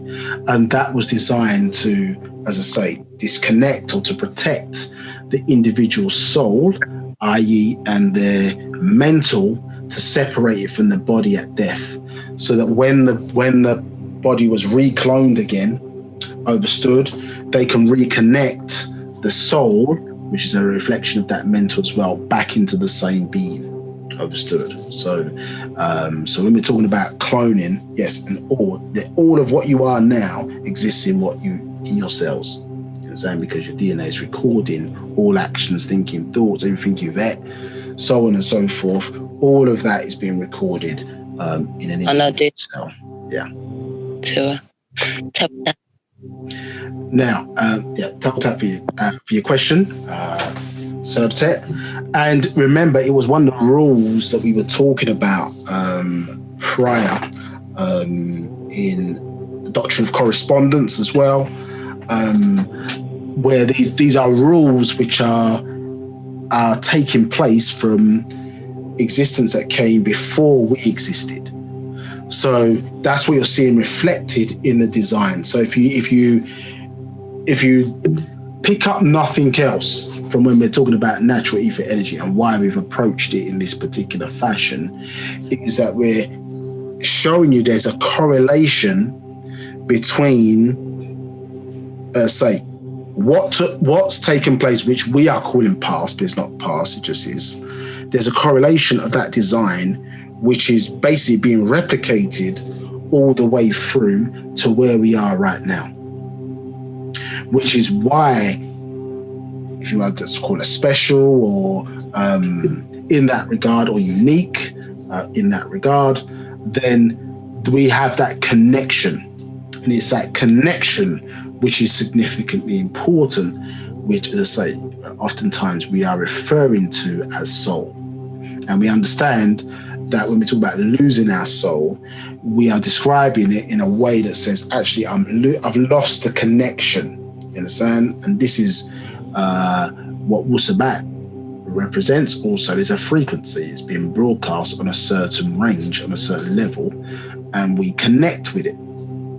Yeah, by way of rituals, reading, and obviously inherently our design is designed to stay connected. But obviously in this society, living in the image and after the likeness of somebody else, we have become disconnected. So a being has to be born amongst us to reconnect us back again, because obviously the mind has been poisoned. Understood. And when we start going through this, we're going to see that the mind, or what we're calling the mind or the mental, is significantly important. We'll be discussing these things in inverted commas. So the rules of things and beloved of things are exactly the same. Understood? We just explain that because all things or a thing is all existence, and existence is all things. So that rule can be correlated, if you think about it, in relation to ourselves, in us. Yeah, because as I say, a cell could represent us. All cells within our universe, which is our human body, can represent us also. So that is one thing. And beloved of things is also talking about us, because here it says we are what? A thing, correct? The rules of is and are, so we've gone through that. Things of is are, and the purpose is of are of is. So we're explaining, as I say, how things come into, how things, the origin, how things sort of, I suppose, become, and then how things start off or be, and then how they come into being. Understood? And this kind of journey that's taken place, at least for us. I can't speak about anybody else, because people have come, some people just come 6,000 years ago. Yes? But when our ancestors looking at us, they could look at it in various ways, isn't it? They could look at you and say, right, I'm looking at a woman or a man who has a head, a body, you understand? Legs, and even in that, there's a science to that, isn't it? There's a science of three in connected with how things are structured in terms of the mathematics of the human body. You got your head, torso, and obviously you've got your legs. Your legs break down into three parts also: foot, shin, and this sort of thigh area. Understood? When you look at your hand, you got your forearm, and you got your kind of bicep and tricep area. So there are those rules of being applied, and it's you may describe it as even an echo or something of that nature, where what is in the seed is being amplified by growth. Understood? And as I say, we're looking at the result of, say, trillions of years later. Understand? So what is planted in the seed is always going to be amplified. So even when you're starting a project or you're doing something or whatever, if there's negativity in the beginning, in the seed, or defect in the beginning, then remember, all of that's going to be amplified. Understand? So remember, one of the wise sayings of the master teacher is, the mind is like a field. Whatever you plant in it, it will grow. I'll say it again. The mind is like a field. Whatever you plant in it will grow. Understood? So if you plant negativity in that original seed, then maybe the positive things that you're doing also in that idea are going to be amplified, but also the negativity is going to be amplified. Hence why one must be very specific in what they're starting, or when they're starting a thing, in terms of a thought or an idea that they want to progress. Okay, so let's moving on. So the third member, so there's let's go back actually. So let's remind ourselves. So there's three parts, yes? So the 13, 2, Hawal, create things, is the first member of part. So growing things. The particle. The second member is becoming from being. So be, being, becoming. Yeah. The third member or triad, and is a part of existence, is or has become, from being to becoming to became. Yeah, so, excuse me. As we overlaid that life, living, lived, it's a similar type of thing, because when one is in that, I suppose, state, one exists, or we're moving from, let's say, that light state back into the darkness, became, is seen to be, I suppose, almost past, but it's not past, it's just that we've become a part of all existence, is that, or to be remembered for all time. This is what the intention is, understood, when one is, you say, to be remembered, understood. Now, interesting enough, if you go back and we look at the definition, or one we'll be looking at the definition, or we will connect certain words with light energy, understood, or we talked about radiated. And when we talk about light in action, understood, yeah, we talk about radiation, from radiated energy. In a sense, something is when something is being controlled, or we're talking about it in that blackness from the very origin of things, it appears to be past, but past is origin. Understand? Not always before. Yeah, past is origin, where things are, I use the word start from loosely, but origin. Be, yeah, into being, understood, into becoming, into became. Yeah, so the transition or the rules of nothingness into somethingness, understood. And then because energy in terms of ourself cannot be destroyed, understood, it only changes in form, then we're going to become part of what we were in the very beginning of things. So 16, from the prime harak, or mover of things. 17, the Saham power in all things together. Wagat, Wufasa, time and space to be. 18, age exists inside of time. 19, time is still as space is still. 20, so in fact, all is still. 21, all has no opposite. 22, for where would it exist but as a part of all existence, who is Pau'ut, all expanding. 23, and as a thing in all, you expand or grow, age, and procreated. 24, Tarak, movement within stillness. So you as the Kabat center are all persons, places, and things. 26, until you are moved off your center by effects of growth. So matter, or other, mother, has all 8 telomeres on the tips of her chromosomes. So, I mean, that's fairly straightforward. You understand? So we're talking about motion or movement out of stillness. Hence why, as we talked about earlier, we talk about emotional energy. That's a type of energy. It's energy in motion. But prior to that, it came from basic energy. Understand? Or in this instance, ether. So we're interested in what was taking place before. When we talked about class, part 1 of this class, we were talking about the space in between the dots. This is what we're focusing our energy and effort on, to find out or explore what natural ether energy is dealing with. Now, I'm not going to go through all this because we've covered this in previous classes, but as you are aware, the telomeres or the tips of the chromosomes,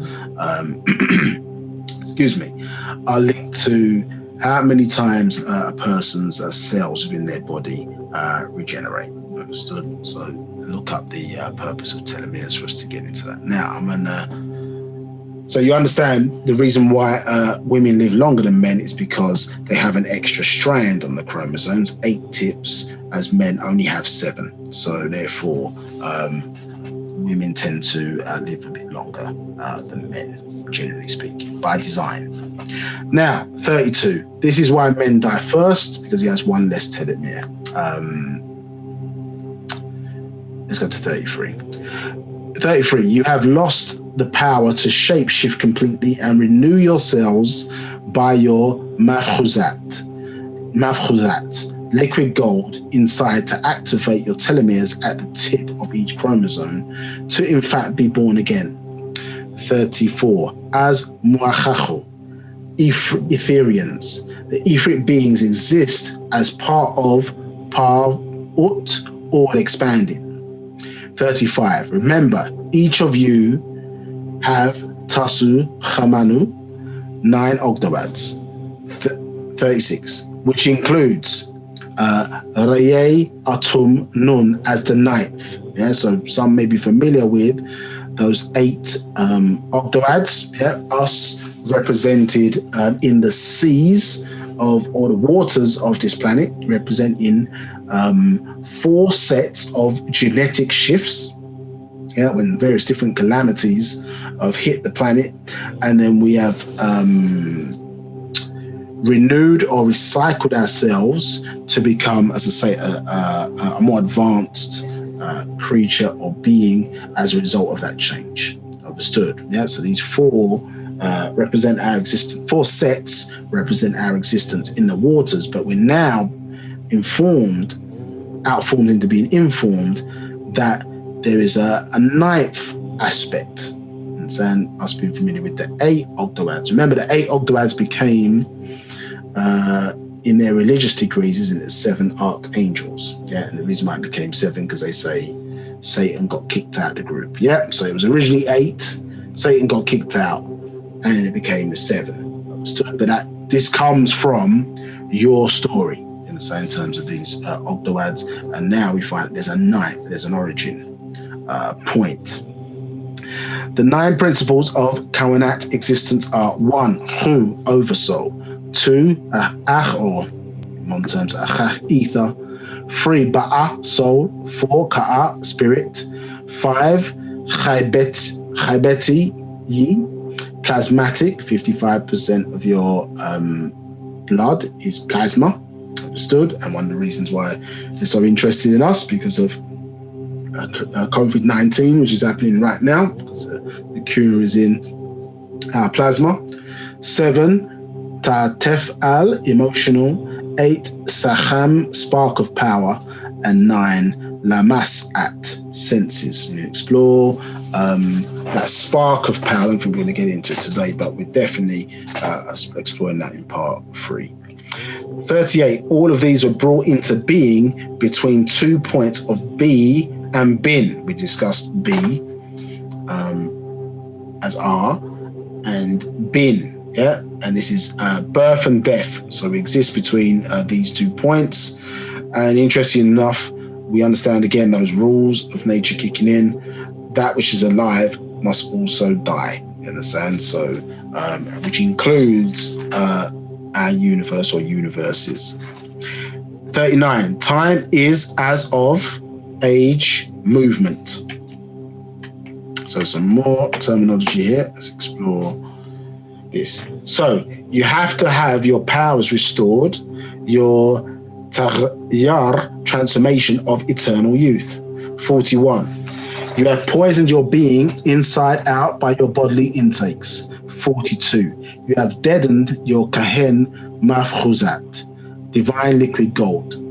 43, male or female, this must be restored for you to live in Masbat, Sirius, or Sa'at, Orion, or Marzak, Rizq. Yeah, 44, you need your Nabat gold restored. 45, Nabat gold as sacred ash and gold dust is called by many names. Sacred ash, alchemical conical cakes, metallic bread, monatomic gold, white powder of gold, high spin gold, philosopher's stone, exotic matter, fruit of true life, the electric versus powder, redstone, celestial ruby, me stone, orbs, orbitally rearranged monatomic elements, food of the gods, holy semen, enbu, good gold, anpu, elixir of life, holy blood, sacred sperm, manen shalel natharu, gold dust, that. Liquid gold. 46. Known by many titles by those who know of it and its power. Yes, this is, remember, this is what you have the order, well, certainly out of the UK, you had the order of the Red Rose, who are interested in the blood of individuals, and it's what the kidnapping, falsely called slavery, is about. And you have the order of the White Rose, and the order of the White Rose is looking for mafruzat, or liquid gold. Which is why I said he used to crush up bones of mummies and different things, and drink the bones of our ancestors with water, thinking that they would be able to inherit the powers by consuming say the DNA of our ancestors. 46, and even for us today, hence why a lot of people go missing. 46. Known by many titles by those who know of it and its power. 47. The gold from above. So do not be deceived by muzyafu, fakers. 48. This is what we need to understand as well. So we're looking at growth and transitioning. So we're looking at nothingness into somethingness. 48. When this one universe was grown from a Kadir Makwanat multiverse, you had two kinds of atoms. Hydrogen, or H1, which combined its atoms by way of fusion to become helium, or He2, on this side of existence. So we're aware that the hydrogen atom, so 4, was fused to become 1, isn't it? Yes, and you see that in the 4-in-1 principle. The quality we talked about previously. Remember, the woman represents that. She can be a woman, a grandmother, a mother, and a daughter. Yes, 4-in-1 principle. When the axis of the planet got shifted onto 23.5-degree axis, and it caused seasons, we had the 4-in-1 principle. 4 seasons, which are really one. Yeah, it's different moods of really the same thing. And we showed you, I think, in a previous class, the deity Tauret, and how Tauret is depicted. Patauret is depicted as a hippopotamus, upright hippopotamus. The large belly of the hippopotamus represents a pregnant female, but she's seen with 4 toes. So this 4-in-1 principle, represented by the female. So what we see is, again, this correlation between the design of the woman, understood, and then what is taking place in the darkness. In terms of this quality principle. So here we see H1 as a fused to become helium on this side of existence. Now, how did that take place? So we see the first transition of energy coming into the form of matter or material. So we're given the first 6 elements. 1 hydrogen, H1, 2 helium, 3 lithium, 4 beryllium, 5 boron, and then 6 carbon. Understood? Now, pay attention, because this part's very interesting. So 52, and to get to gold, which is AU atomic 79, it takes a lot of breeding. 53, and being that H1 and H2 are both feminine, they could not combine what was needed to birth masculine out of feminine. So what you have to understand is that when we're talking about these 99 elements, they kind of make them all separate. But what you're looking at is a transition, as I say, nothingness into somethingness, but you're looking at a transition from matter to energy. And then when we're looking at the different forms of matter being created, One is growing into the other, or one is birthing or producing the other in order for us to get down to 99. Yeah, and we're going to get into the number system a bit later. But as I say, if an individual, and let me switch to my whiteboard for a second, just bear with me. Just to make this a bit clearer.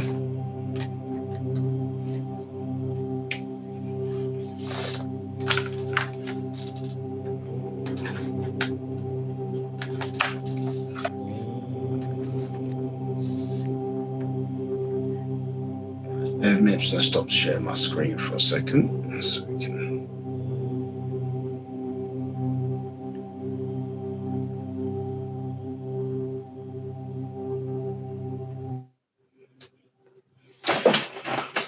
Right, so hopefully you can see my screen there. Yeah, and hopefully let's just test that. Right, okay. If you can't see my screen, because I'm assuming that you can do, please just shout. Right, okay, so the issue which has hindered our understanding, isn't it, is because when we were taught the numbers system, for example, and we just draw this like this,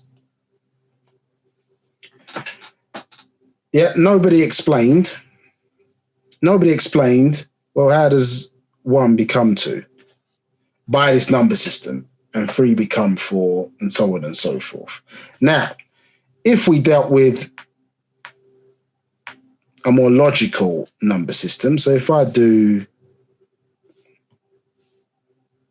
yeah, that's going to be 1 stroke, isn't it? If I do 2 strokes, 3 strokes, 4 strokes, and then they do that, yeah, we see there's 5 strokes. So that's why it becomes 5. It's quite straightforward.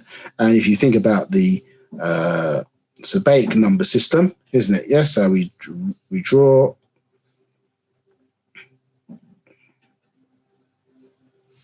Yeah, you can see it makes sense, isn't it? Yeah, we're getting strokes which can be counted.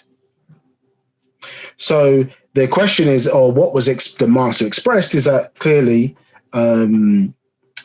we should have been taught the periodic table before the number system, because it is the alchemists of ancient Egypt who created the maths out of alchemy, because you're looking at energy in transition. Understood, which we're going to explore a bit further later on.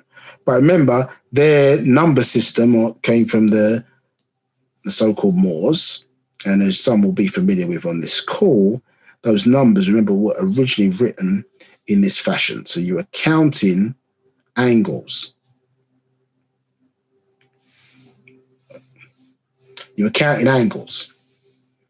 Yeah, and so that's how we got to our 1, 2, 3 in the number system. Understood? Yeah, so there's logic to it, not just because they said, oh, 1, 2, 3, oh, because it is, that's how it is. Yeah, so there's a logic to it. And as I say, we're now stepping back. The number system had a birth out of the periodic table, understood, and that's what we need to explore now, is how so-called 1, because there's really no such thing as the number 1, and actually, let's think about this. Okay, I think you can't see that. Let me move that across.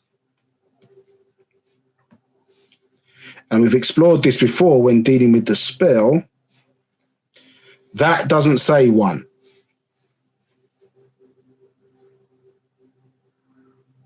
So what is being described there? Yeah. And is there such thing as what? And when we're talking about 1, what are we talking about? Because there's no such thing as 1, which we're going to show a bit later. But as I say, something's going on there. What was it making reference to? So these are the things that we're understanding a lot better about what we mean when we're talking about energy. And specifically, when we're talking about natural ether energy, we're interested in the space or that darkness that allows things on into some things to exist. Okay, so let's switch back to the presentation. Any questions?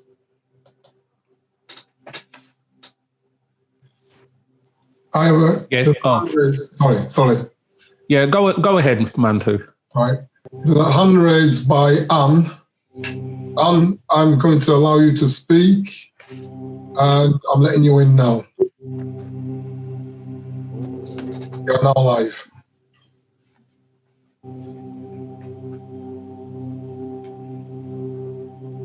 Anne, you are now live to pose your question. Welcome, Anne. Don't be shy. Okay. Unmute on your side. Okay, so she might have raised their hand by accident, but if not, Anne, feel free to ask your question as and when you're able to figure out how to unmute your phone or your device.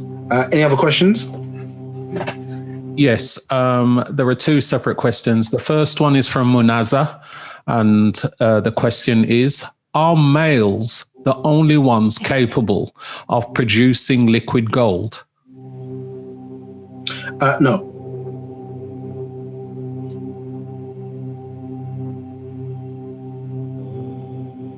Right, and the second question from Claudette is, did the planet not have seasons before it shifted on its axis? Yes, but it had two seasons. So one above the equator and one below the equator. So there were two seasons, and we were ambidextrous as a result. So strength equally on both sides of the body, and we had, as I say, equal use of left and right hand. Where today, most people have most of their strength on the right hand side of the body. So if you look what created left-handed people, it tells you what position they were on the planet when that took place. So if you was obviously on the lower part of the below the equator, then you would have ended up with the strength on the left-hand side. Obviously, if you're on the top half of the equator, then obviously your strength is going to be as it was today. So we have less left-handed people on the planet today as a result of that shift or change taking place. So we had two seasons as opposed to four prior to that event or incident taking place. Right, can I come in? Yes, you may. Right, Nabab, your microphone sounded a little bit muffled for some reason. I don't know if you've changed position. Okay, what appreciate that. What answer didn't you hear properly? Was it the last one or both of them? No, it's okay now. It's clear now. Okay, no problem. Right, can we try Anne again? I've unmuted her because the hand came back up. So Anne, you're permitted to talk.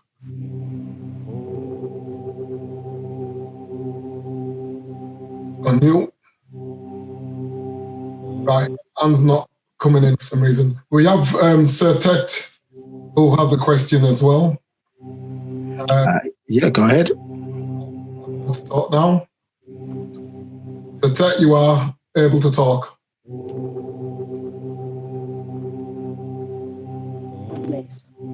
Oh, sorry.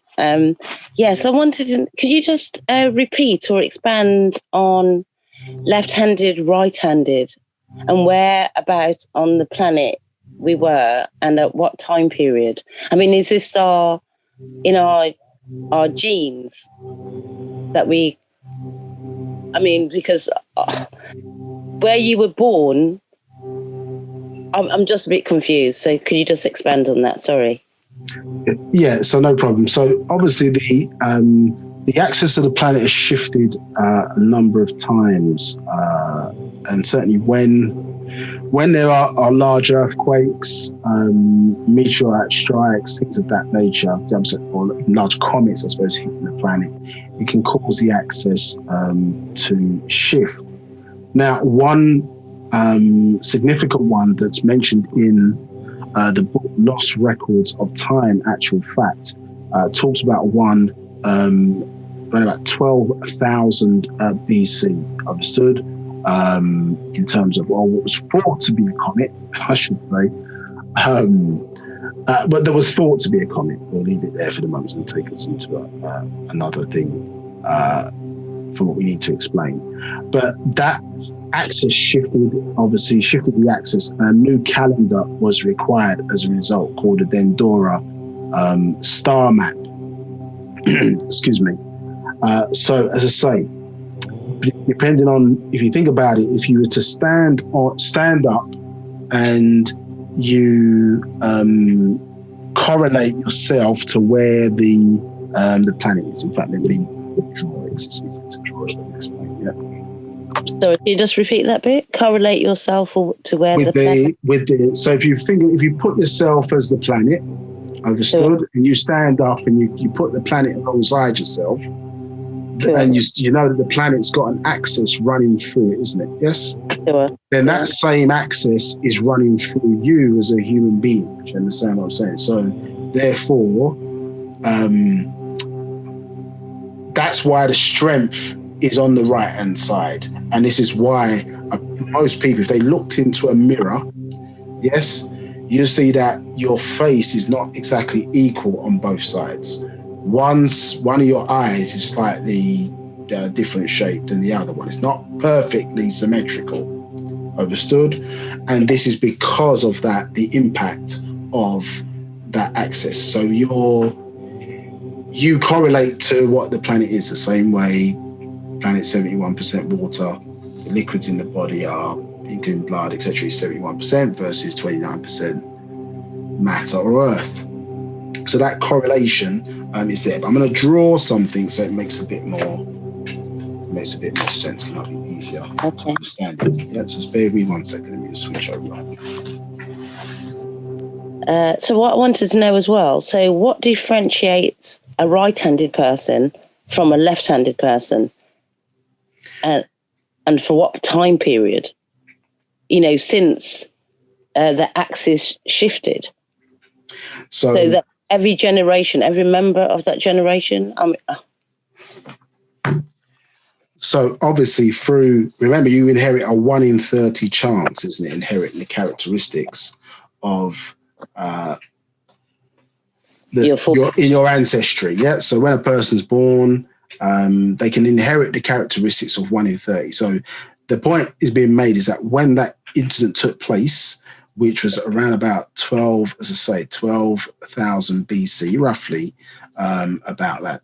It's described in Lost Records of Time. So we have a scenario or situation there whereby, certain people who were on a certain part of the planet when that shift happened, because they were on the opposite sides of the planet to the majority of the people, you end up with a right-handed configuration. So on the bottom half, you end up with a left-handed configuration. Now, obviously, because of the way in which genes shift, I suppose every 4 generations, or when a person's born, certain genes are switched on and they're switched off, or certain things are expressed and not expressed. So therefore, as I say, you can just inherit from that event that has taken place. People can inherit that left-handed characteristic as a result of genetic selection, which is taking place, or gene expression, which is taking place when every person's born, because they can inherit the characteristics of any one of those 4 generations. So because various different mixing has taken place, a person can inherit that left-handedness in one of the ways in how that can be expressed based on that event or incident. But it's showing you, by way of the fact there's more right-handed people than there are left-handed people, where people were positioned more on the planet when that took place. So if we draw,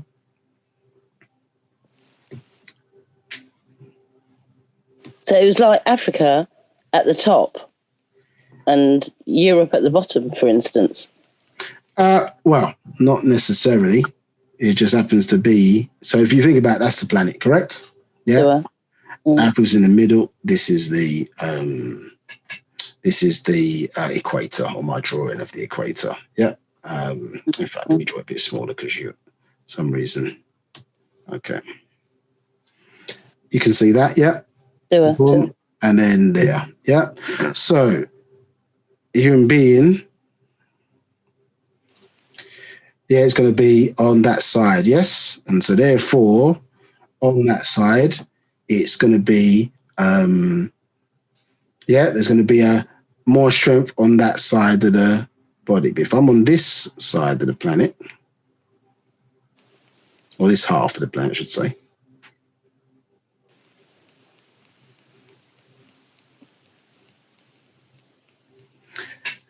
then that axis is going to be in the opposite direction for me, isn't it? You see what I'm saying? So to where a person was positioned would correlate to how we ended up with that difference. Whereas before, it was like that. So therefore, on the opposite side, there was no difference. You understand? So that shift created that differential, which has, say, been represented at least by that incident now, because it's been recorded now, not only it's been recorded in the genes, but it's also been recorded in the morphogenetic field.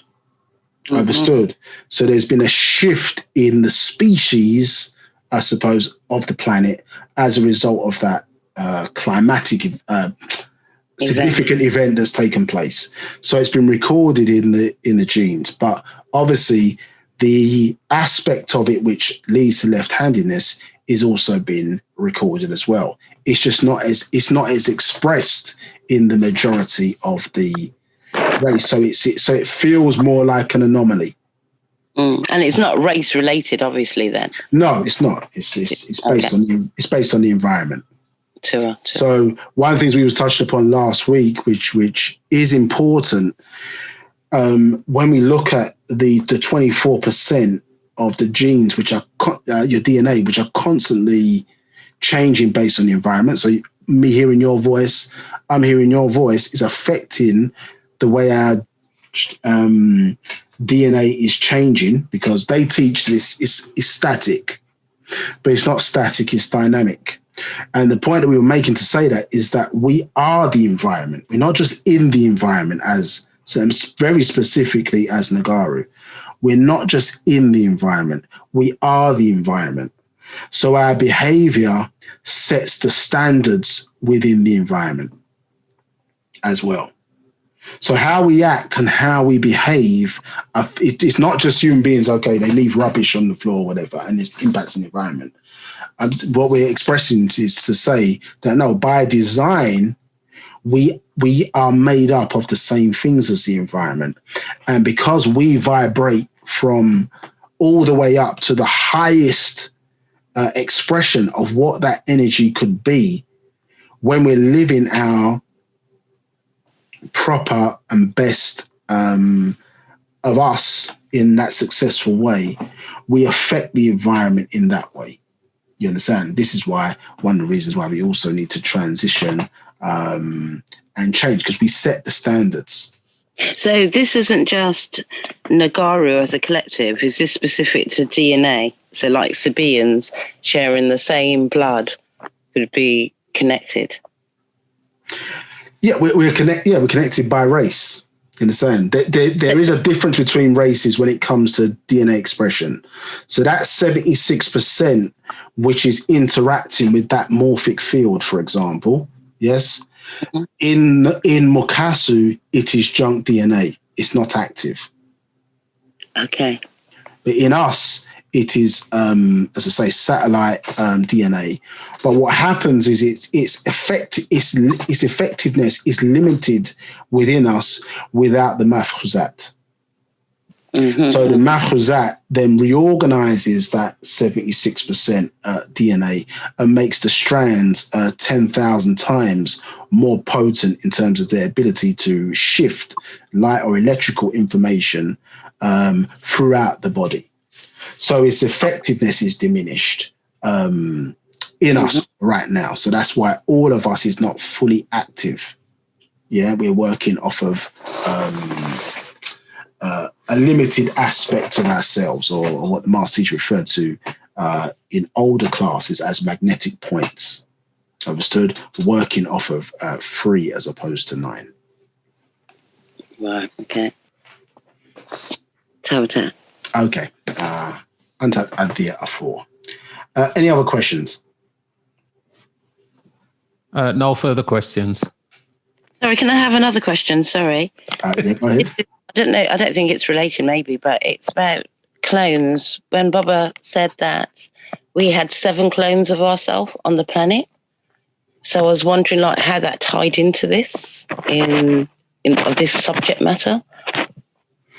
Yeah, it doesn't in that way. Remember, the purpose of that, I suppose, situational scenario is because certain of those extraterrestrials, let's use the current terminology, but certain of those extraterrestrials, in order to, if they were sent into the earth to fulfill a certain mission, they had to guarantee success, isn't it? So therefore, in their design of formulating the body that they needed, they created a method of cloning. Do you understand? So if they're creating beings in their image and after their likeness, then that's where you're going to get, you understand, that position of cloning in that regard. You understand? Or more clones of a certain type, because the original design is based on what they came here for. It's based on them. So that's how that would have arisen. Now, remember, cloning was one aspect of is a certain type of technology that was used by those beings. Remember, they started off cryogenically freezing cells, but then found out that cells deteriorate after a certain period of time. So they moved from that to what we would call today mummification.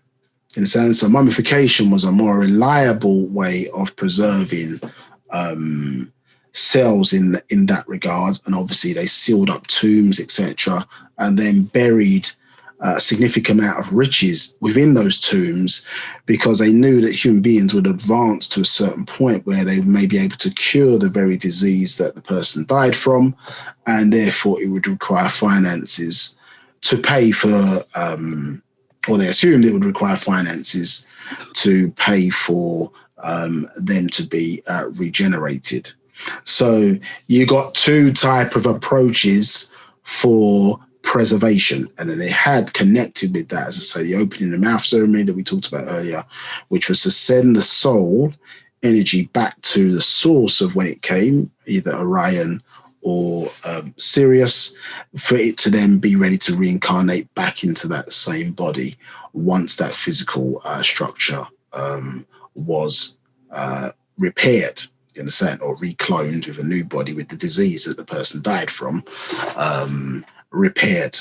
So you got 2 different approaches to preservation and resurrection in that regard. Understood? So, and today, remember, that cloning for people who are now seeking to maybe have enough money to do that and want to preserve that their way of life, so to speak, or their life specifically, is now moved into what was referred to as stem cells, which we touched upon earlier. So stem cell cloning has been replaced by stem cells, which are undesignated cells that can be assigned to grow into anything that's needed and don't have some of the issues that, well, at least the people in charge today may have with either cloning or trying to bring in transplants or other organs that they may want to replace that don't necessarily match the individual's genetic configuration. So when you talk about cloning in that regard, it's not necessarily to do directly related to this, but you're going to look at, well, who was doing it and what was the purpose. And because they based their design on they base the design on themselves, That's why we have those issues. Okay. Delta. Now, our regenerative ability, I suppose, if we're moving forward, we're going to say now that's not necessarily our way of succession. So in one sense, our way of succession, which has been designed into us, is to have children, which is one. But what has been designed into us, clearly, is the ability to reincarnate. Now, it's not necessarily coming back in the same body, but it is giving the soul the opportunity, as I say, to balance out certain things and certain laws that may have been, as I say, or rules that may have been breached, for lack of a better word, whilst in the physical. So the purpose, or when we look at the context of be into being, becoming, so on and so forth, the purpose is tatmun in the Sabatic language, which means perfection, understood. And so in order to achieve that, one may need multiple opportunities or multiple lifetimes, understood, to achieve that state of perfection before the soul is ready to move on and experience other types of existence, understood. So we're seeking to achieve that state of perfection, which is basically having or producing or delivering actions without necessarily doing that for gain, some form of gain or benefit in that regard. And if you look at some of the higher life forms, even that we see in the physical world or existence, the more you see a more dutiful type of approach that takes place. You think about the sun as a intelligent life form. So we understand that suns are planets with brains and blood. So it's making decisions, it's thinking. It's not running off to go to a club somewhere. You understand? It's not doing its own thing. It's basically expressing itself or doing a certain duty or certain purpose for millions of years of existence. Now, within existence, its time or timeline to us seems a really long time. Maybe in the blink of nature, it's sort of a bit of a blink of an eye, but it's doing its job day in, day out, whether you acknowledge it, whether you don't acknowledge it. It's doing its job or her job day in, day out, and supporting life, growth, and various different types, which we're going to get into a bit later. Helper ether is one of the things that, or one of the types of ether being expressed out of the sun as part of its purpose. So when we start looking at these higher life forms, it's not necessarily you just running and doing your own thing. You know, certain decisions are being made to help the progression of life in this state of perfection. You know, it's not being born out of some of the selfishness that we see in human beings. And we did touch upon this, I think, in several classes ago, when we look at, you know, the fact of the matter is, some of us, if a it sounds harsh to say, but if a family member, for example, contracts cancer, all of a sudden we are now interested in cancer, but we may not have been interested in cancer before our family member contracted it. You understand? So that's a certain, and it sounds harsh to say, but that's a certain attitude of, what is my interest in now going and curing it? So some person might, and I'm not saying it's a negative thing, don't misinterpret it, but somebody might decide, okay, because of that, they go off and set up some organization that's curing cancer or helping people with cancer, helping people to support cancer. And we look at that and say, that's a noble effort. I'm not saying it's not noble. What I'm saying is it's driven by a motive because the person's family was affected by it.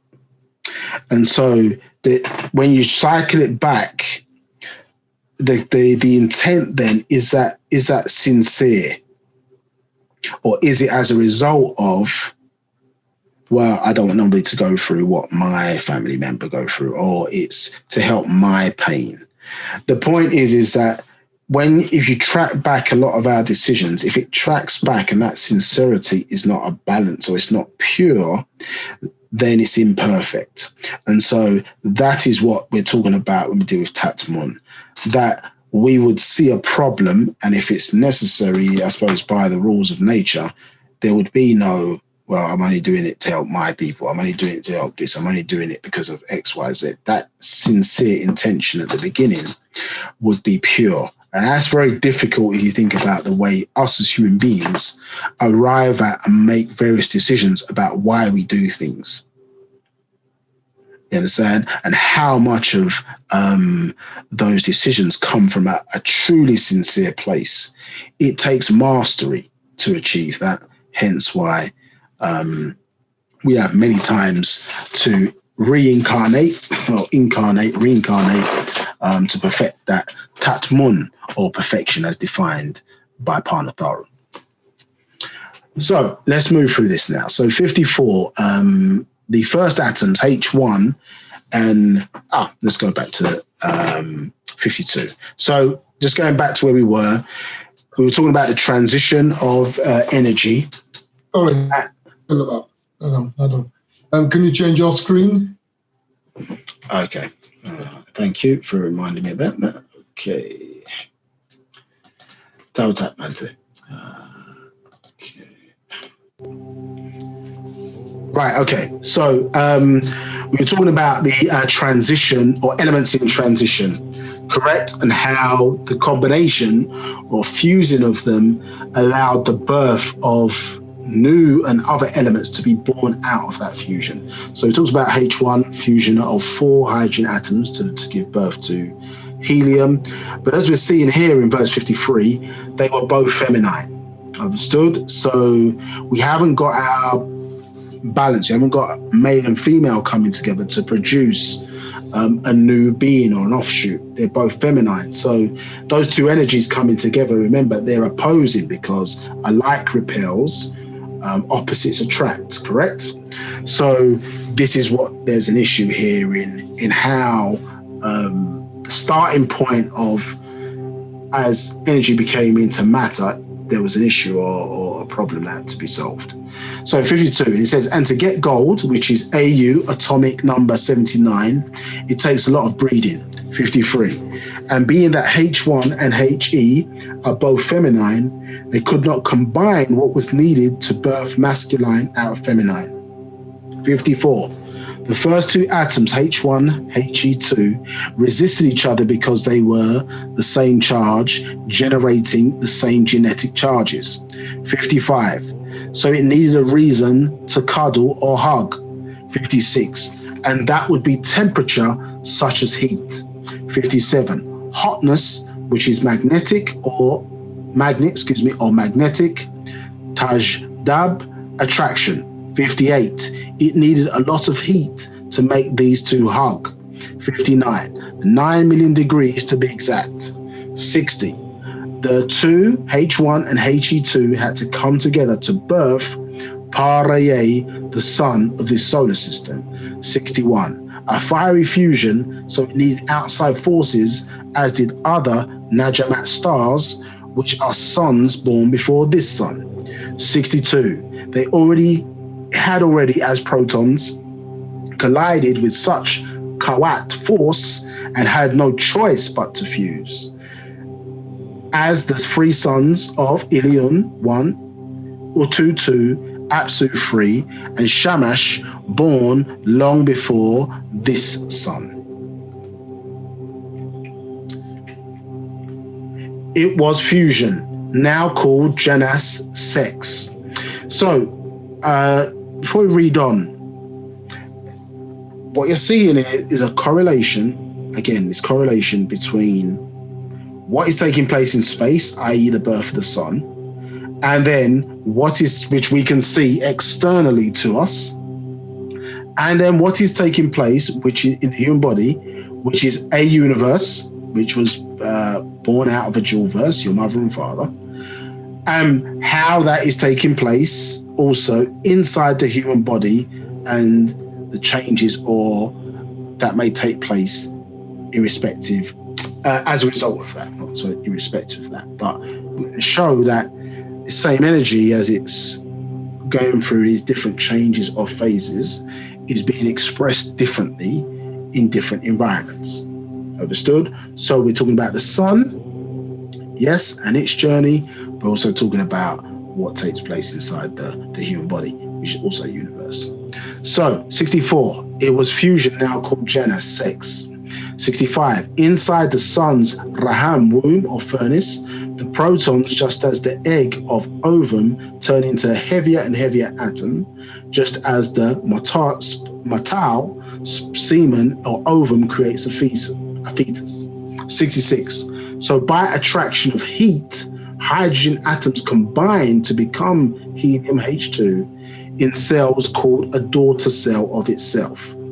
67, and those helium H2 atoms combine to become carbon C6, particles of creation of Shayanat, things. 68, carbon C6 is a masculine atom. 69, it is carbon 6 and oxygen O8, or atomic number 8, and nitrogen N7, and silicon Si14, and fusion that created all the other atomic atoms of elements. Understood? So we're seeing this here, that basically, these first ones above, in these first 6, understood, what of the same, as I say, feminine type, until they got to carbon C6, and hence you see, at least in the physical, carbon you see at the base of all configurations, at least for physical life as we know it. Yeah, so C6. So this combination of these 4 then help to produce all the others. Now it's interesting to pay attention to these next couple of verses. So it says, let's say C6, carbon, oxygen, or atomic number 8, and nitrogen 7, and silicon Si14, and the fusion that created all other atomic atoms of elements. C6 or carbon protons, nitrogen N7, 7 protons, oxygen O8, 8 protons are cooked all the way to iron Fe at 26. Protons and atoms stop at this point when it reaches iron. 71. Matter dies at this point, you can't fuse it, and there's no fission with iron Fe 26. Once a sun or star has converted all of its atoms into iron, it is just as a male that cannot produce a child on his own. Now, we oftentimes talk in Wu-Sabat about the fact that hydrogen, or 554 million tons of hydrogen, is burning or converting into 550 million tons of helium per second. So there's a burning process which is taking place there. But in tablet 15, chapter 6, tablet 15, it goes into more detail to show that there are several cycles of burning that takes place within a sun, understood, to us to find that, okay, well, when it reaches this kind of critical point where all of its mass is converted into iron, that it converts, or what happens is it changes then, or explodes, or becomes a supernova. We see that explosion take place, within a universe. Okay, so let's start from, let's see what time we got here at the moment. Okay, so let's start from, on this page, you want to start from verse 444. So this is a bit of an older book, and there's basically religious symbolism being used to express a certain point. So it mingles with the science. And as you know, we've discussed this many times before, the hidden mystery, I suppose, is these monotheistic religions and their various different religious books are nothing more than describing the birth and deaths of galaxies and various different solar systems. It's something that the Master expressed for our understanding. It's all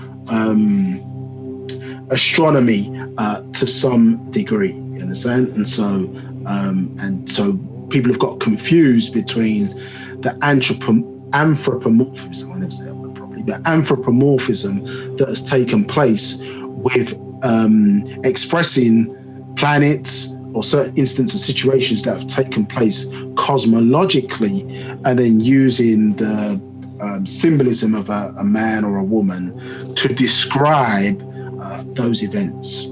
And we got caught up in the spell of that, in a sense, certainly when the so-called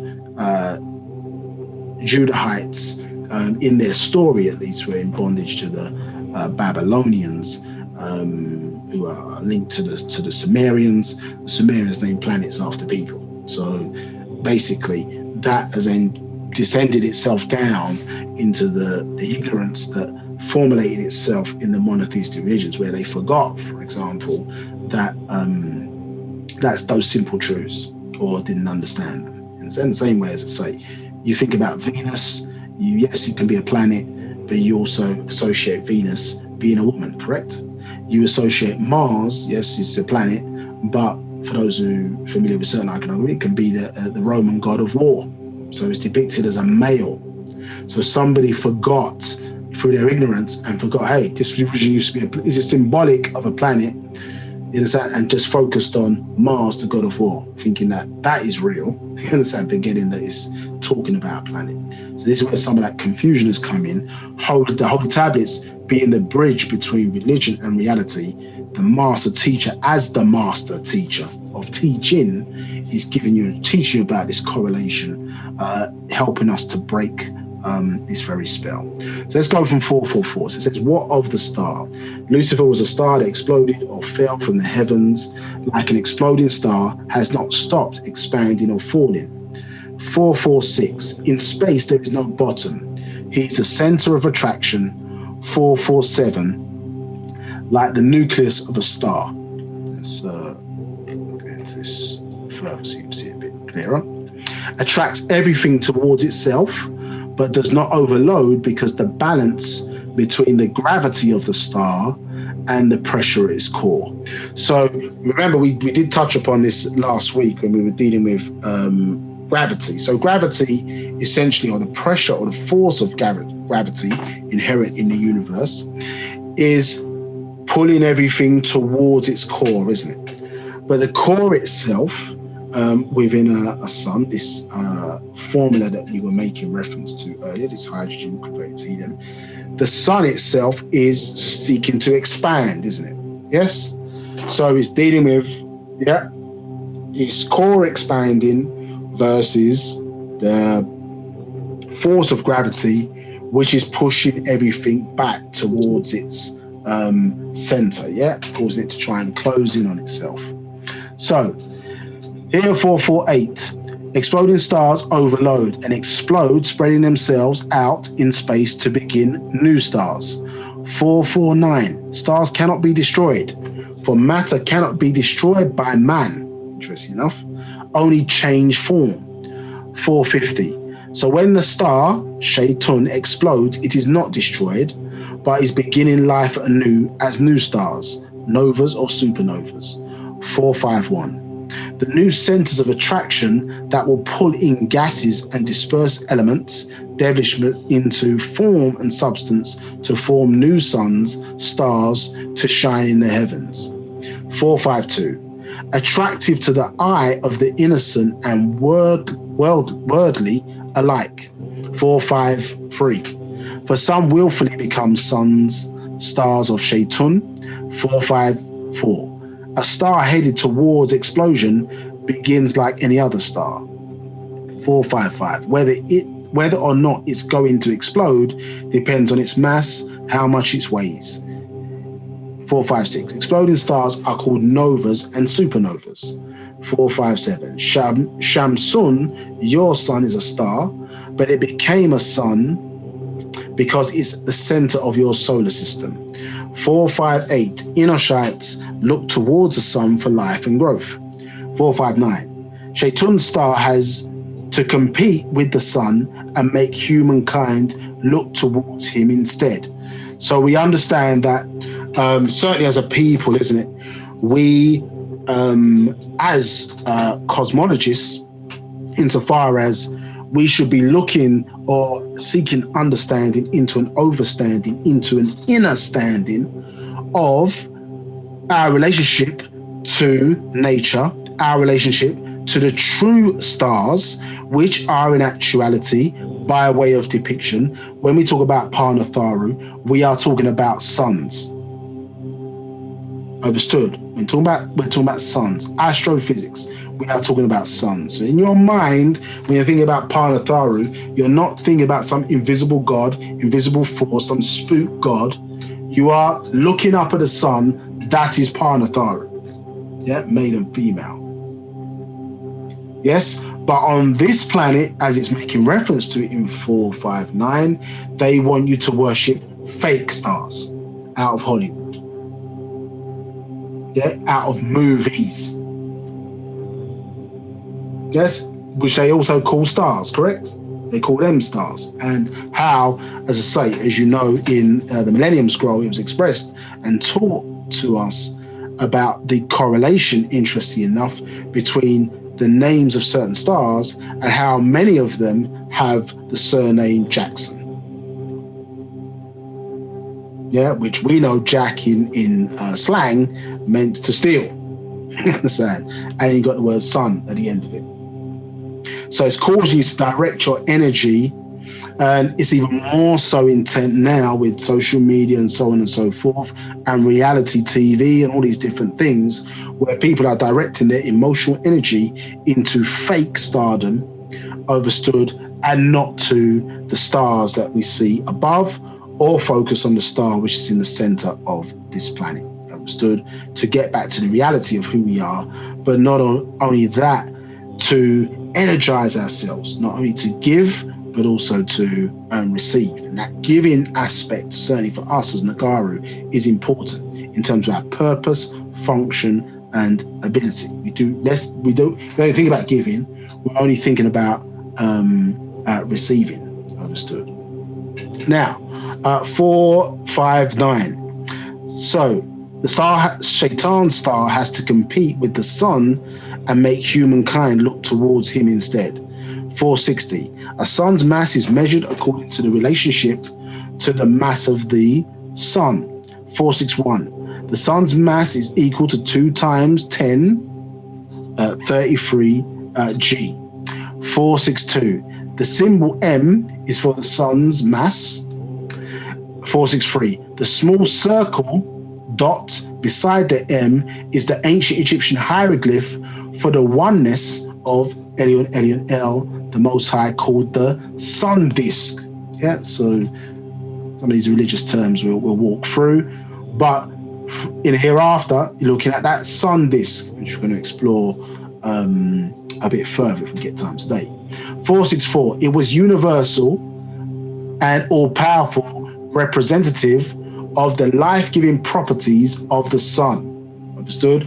And that ties into a type of ether as well, which emanates from the sun, which we're going to touch into some of the definitions of probably in the next class. Universal ether and natural ether. Not natural ether energy, but natural ether. And another type of ether referred to as helper ether. Understood? Now, and head ether, which we're going to get into in part 2. Yeah. So, 465. Thus, this symbol is directly related to its use and the symbol for solar mass.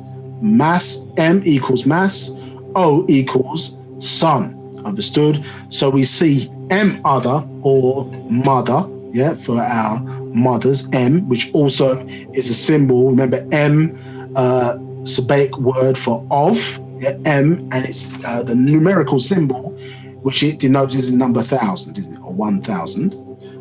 M, as we see there, with 1,001 and 3 zeros, symbolic of the 3 sons of Razak or Rizq, also tied into space, matter, and time, necessary for existence. So again, we see correlation, excuse me, between the sun and our mothers, yeah, as the origin or producers of life, as we we know it. Now, 466 1.4 M is the limit. Nuclear fusion is taking place. The process is begun. 468. Hydrogen H4 center of the star is now burning itself towards exploding. And this is what we're going to walk through here. So just understand this. 469, 7 cycles of burning beginning with hydrogen. So it is hydrogen converting into helium, but there are a number of burning stages that take place as a result of that transition, which keeps the fuel, so it keeps the sun self-regenerating, obviously up until the point, as I say, where it can't sustain.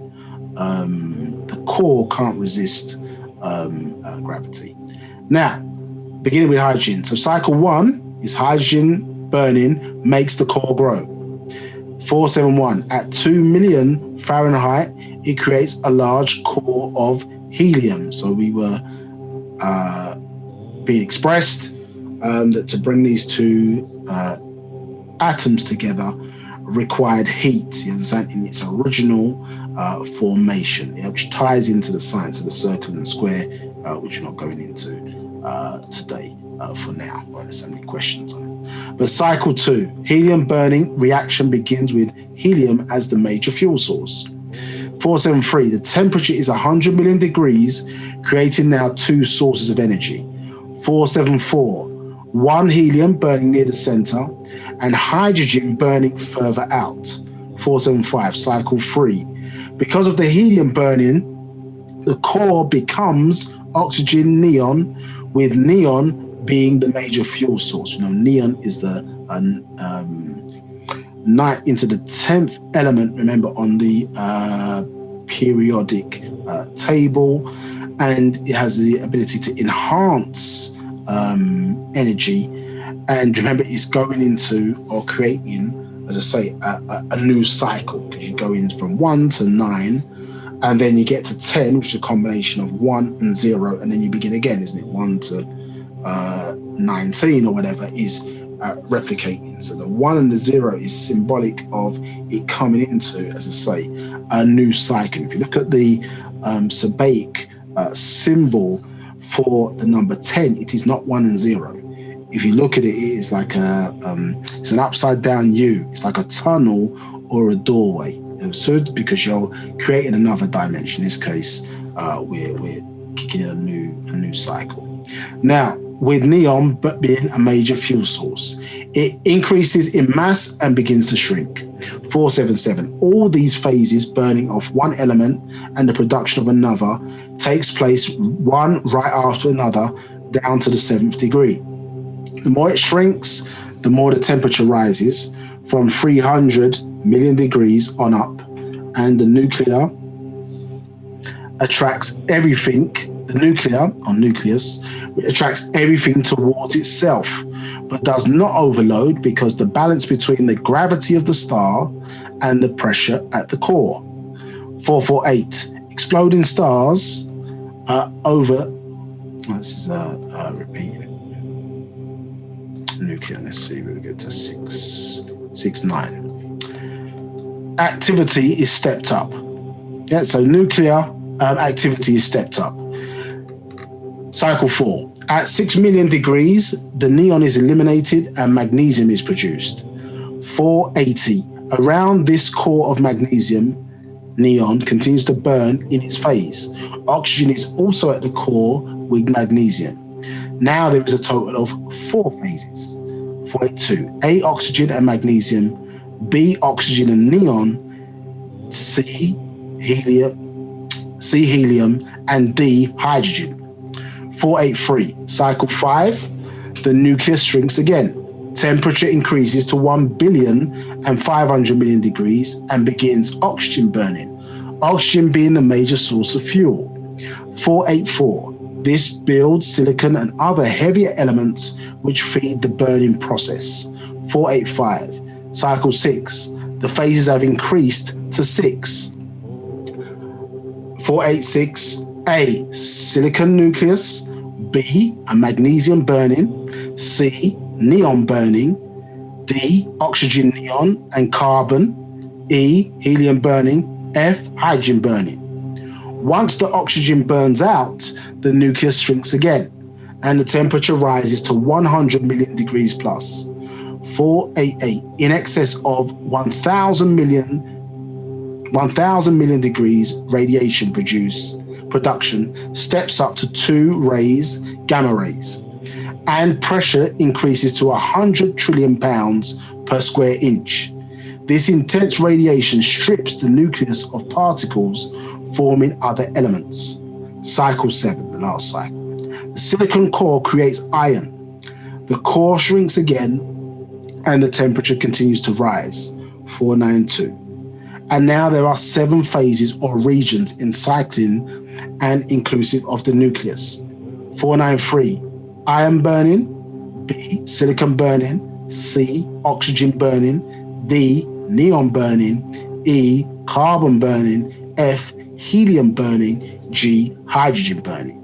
494, the inside of a star now more or less resembles an onion.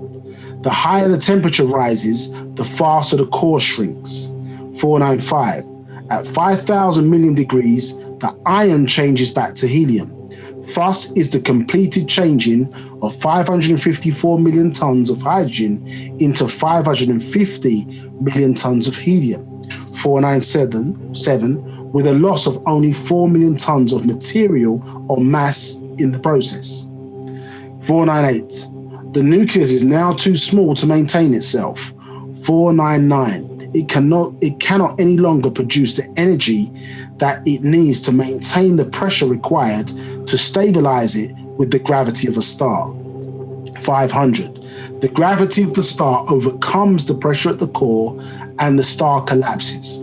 501, the sudden collapse raises the temperature dramatically, and because it's too weak to produce the energy it needs to burn off more material to balance the rise in temperature as it explodes. 502, the 7th cycle of the evolution of this star, it shatters, blasting itself out into the farthest reaches of space, not destroying but multiplying itself by hundreds of thousands dispersing into space as interstellar gas and dust. The gas is mostly hydrogen. As gravity pulls, temperature rises.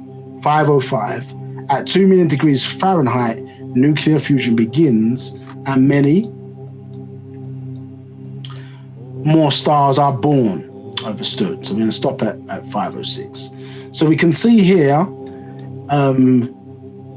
that burning process taking place. And as I say, in those transitioning elements, we see a halt or a dense form of matter formed in terms of iron. Now, how does that correlate now to us as human beings? Because we're looking at ourselves in this, as well as looking at how the sun behaves, so that which is outside us, we're also looking at that which it relates to inside of us. So it says, he is iron, i.e. man. Hardness, you can't fuse him. He as a star, as the man, penis, is raised by blood, and the blood is mostly iron. Understood? Yeah, we understand that, isn't it? Yes.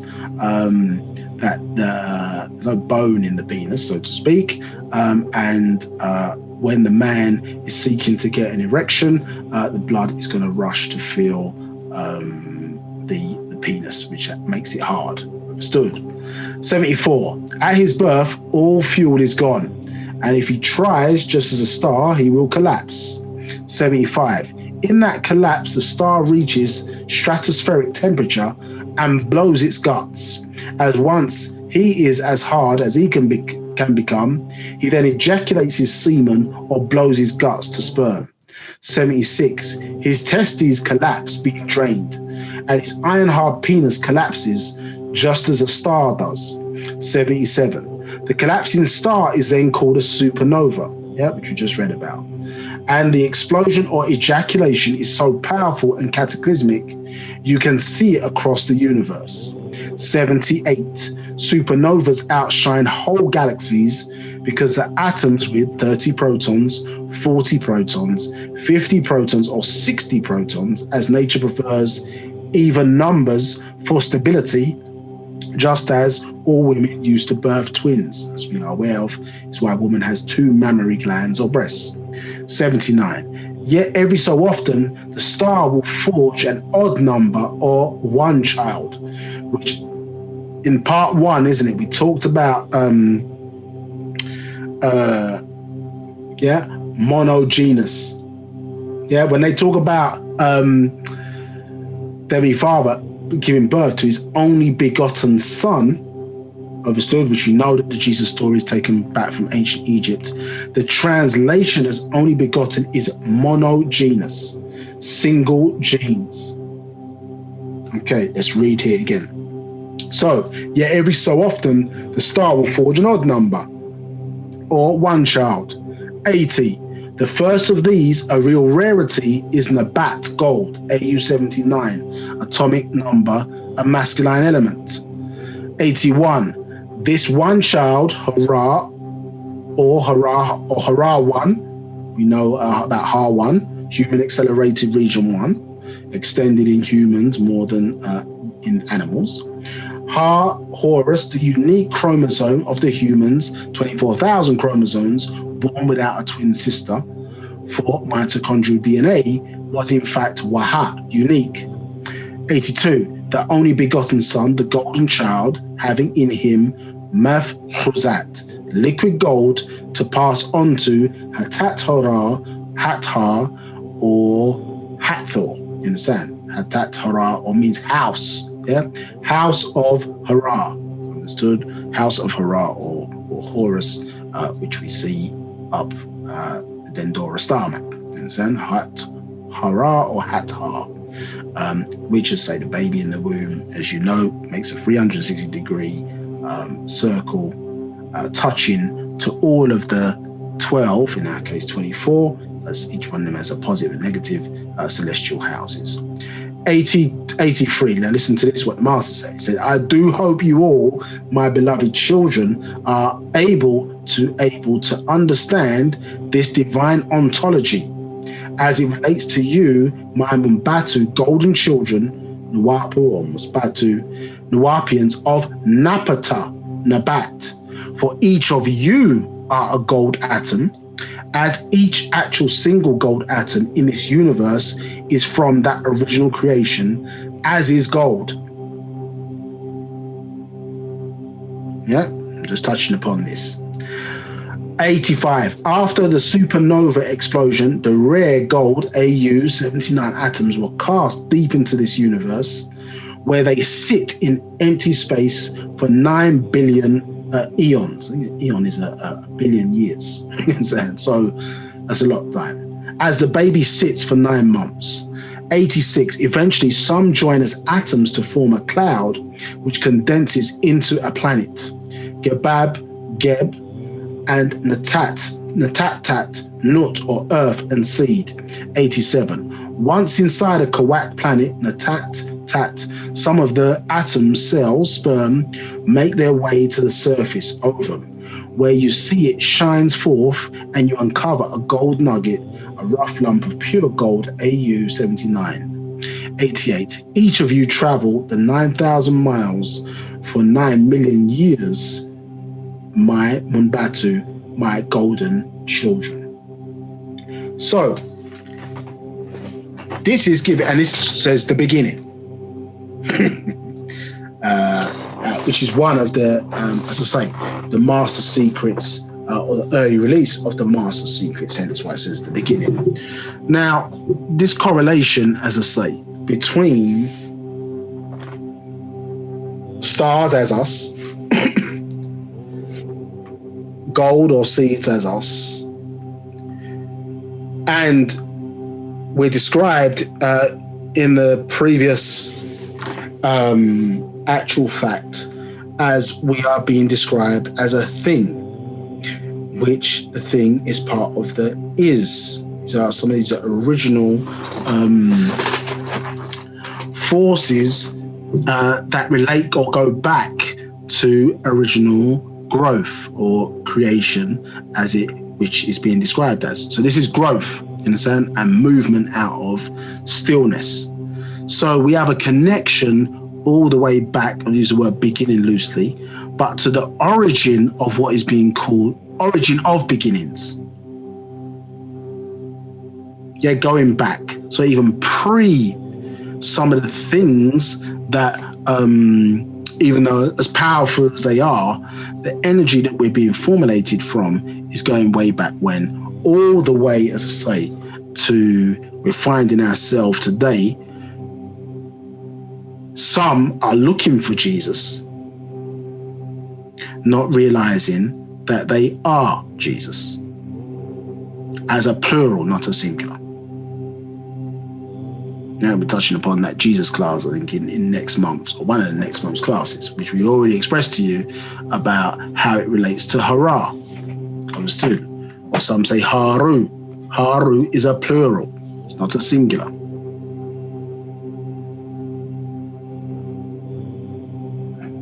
Understand? And we can see what it's been aligned to and what's being described in.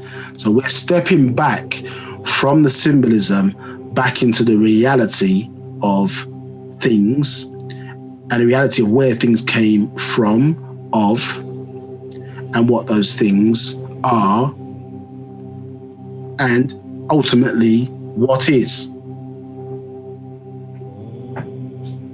Yeah, and how it relates back to us. And so that connection is highly important. I keep saying that because it's what we don't realize who we really are and how powerful we really are as it relates to the universal laws, rules, and schemes of things. Now, the Master's obviously expressing it to us, but the issue is, are we really grabbing hold of it and getting it? And obviously that's one of the purposes of these classes, is to make that clear. So when we talk about divine ontology, that is also talking about that connection, because we're interested in the origin or the very root of where things come from.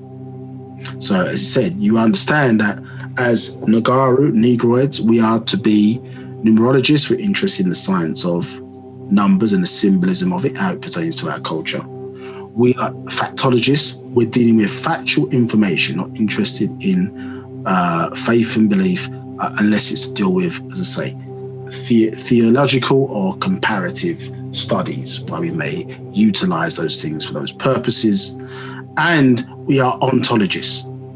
So we are interested in the root, the science or the origin of things. Yeah, the cause that caused cause and effect, and even the cause that resulted in cause and effect. You understand? Because what was there before even that, which we're going to be exploring, as I say, in part 3 of this class, as we get through some of these details. So I think the time is now, what's the time now? 4:30? Okay, 4:37. So I think I'm going to end on that point. We're going to continue back and finish off looking into Paa Pau'ut. We're then going to look at the different types of ether in part 3. And then to finish off, we'll look at some of the safaf as it relates to natural ether energy, so we can start to look at how some of that symbolism works. Understood? So if you have to go over these parts or some of the books that we've gone through, go back over some of this terminology, and that will prepare you well for part 3 and allow us to finish off with some degree of understanding into overstanding in that regard. Any questions before we close out today? Any final questions? There is a question which sort of goes back to when you were talking about the planetary shift, and this is from Adam, and his question is, was Enki responsible for the planetary shift? Good question. He's not responsible for the planetary shift, no. He's not responsible. The reason why I'm kind of umming and ahhing a bit, because it relates to a certain war that took place, which he did have some involvement in. And this was relating to removing the some of the adverse draconium, when I say draconium, I'm talking about the beings from Draco, forces from this planet who were coming here, eating human beings, leaving a mess, disrupting the environment, and the Riskians, who are from the 19th, we're in the 18th galaxy, so 19 galaxy, necessary that they sought to intervene, understood, and a war took place as a result of certain actions that were taken basically to produce a germ man in the sand to that, because human beings to the Draconians were a food source, and so to poison that food so that when those Draconians then started to eat that food, they would die off from eating this diseased individual. So in that sense, there is a relationship, I suppose, to Inky, because Inky was helped Tar with ancient Egypt basically develop the what might be considered today germ warfare, which was hidden in the mitochondrial DNA. He helped to develop that formula. So he's not responsible for the shift of the planet, but he's obviously linked to one of the incidents or events that helped to cause that to shift. And as I say, the shift of the planet, the reason why it's got maybe several dates within the doctrine is because planetary shifts can arise from various things. As I say, large meteor strikes, large earthquakes. This can cause that shift, as I say, to arise. But say that one took place, we were talking about, I think, 12,000 BCE. And I think even scientists today have even recorded a certain element of that. That basically led to, say, massive turmoil on the planet, major explosions, things that took place or whatever. And as I say, because our technology back then, we didn't just rely on the one sun that we have 93 million miles away. Remember, the reason why the Dendora star map is recording the different energies, etc., hitting the planet, because our ancestors had mastered the use of energy, cosmic energy, from multiple suns. Understood, where we're just used to using it for one sun, because solar energy, isn't it? Solar power, used to heat water, generate electricity, so on and so forth. But our buildings obviously were aligned to make use of all stars that were sending energy here to the planet Earth. And so certain things that we had were powered by way of that. And when the planet got knocked off its axis, this caused, say, explosions. Certain monuments that were previously powered now were dormant because the planet was not sitting in the same place as it was when we had a perpendicular axis. Understood? So, in short, not directly. Yeah, is Inky involved in the? Maybe say no. Yeah, he's not involved in the axis shift of the planet, other than for the reasons I've expressed. Anything else? There's no questions, there's no hands up, so we're all good here. Okay. Anything else from your end, Habab? Is that the last question? That's the last question that I can see here. Okay. So for those listening, much appreciated for everybody sort of staying on slightly past our finish time at 4:30. I can probably guarantee that Natural Youth Energy Part 3 is probably going to go on a bit longer than 4:30. So if you've got a plan, maybe if you've got the stamina, then we'll probably go on to about 5:30 just to get everything finished and rounded up in that class. As I say, you should have found it useful. As I say, look at some of the things here to do a little bit of own work before we get into part 3. I suppose that will help. And then say if people got direct questions from Natural Youth Energy. So we're going a bit around the houses, just so you understand certain points, because I understand that book, when people read it, it's like, man, what the hell is this? So we will reach a relative conclusion, which should make that scroll much more understandable for those who are partaking in it. If you are hearing for the first time this class, I hope you've enjoyed it. So we're back next Sunday, starting from 1 p.m. GMT plus 1. So check us out on Facebook. I will forward, because somebody asked me about the YouTube page. So let me just get to where that is. Secrets of what we're going to display next. Oops, we don't want to see that, do we? We don't want to let you off for that. Let me stop sharing for a second. You don't want to. You want to leave some a little bit of excitement. So let me get to the final page on part 2. I'll just show the YouTube channel. So this part of what we've discussed today should be on that channel this week. Just to give people an opportunity to go over. And if you haven't seen part 1, that may help as well. So let's just share that for you.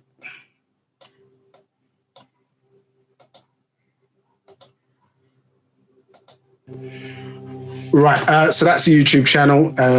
You can either take a picture at a link, or if you just do a search, as I say, on YouTube, All Eyes on Egypt, Midlands and the North, you can pick those up on there. And it's also on our Facebook page. But the YouTube channel, we edit it down so it just runs a little bit of a shorter time. So support that, subscribe if you're interested, like the videos, etc. And there's other stuff on there. And it's details of how to connect with the organisation, get books and stuff, etc. So if you're interested in that, please check out the YouTube channel or our Facebook page. So until next week, I see a hand raised. Last final question before we close out.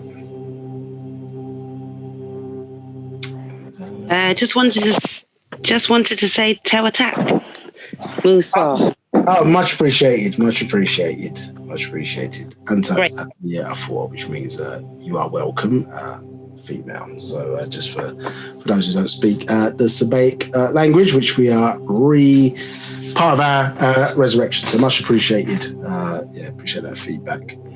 Okay. So have a strong next 7 days, whatever you're planning to do, and wish you all the success in that regard.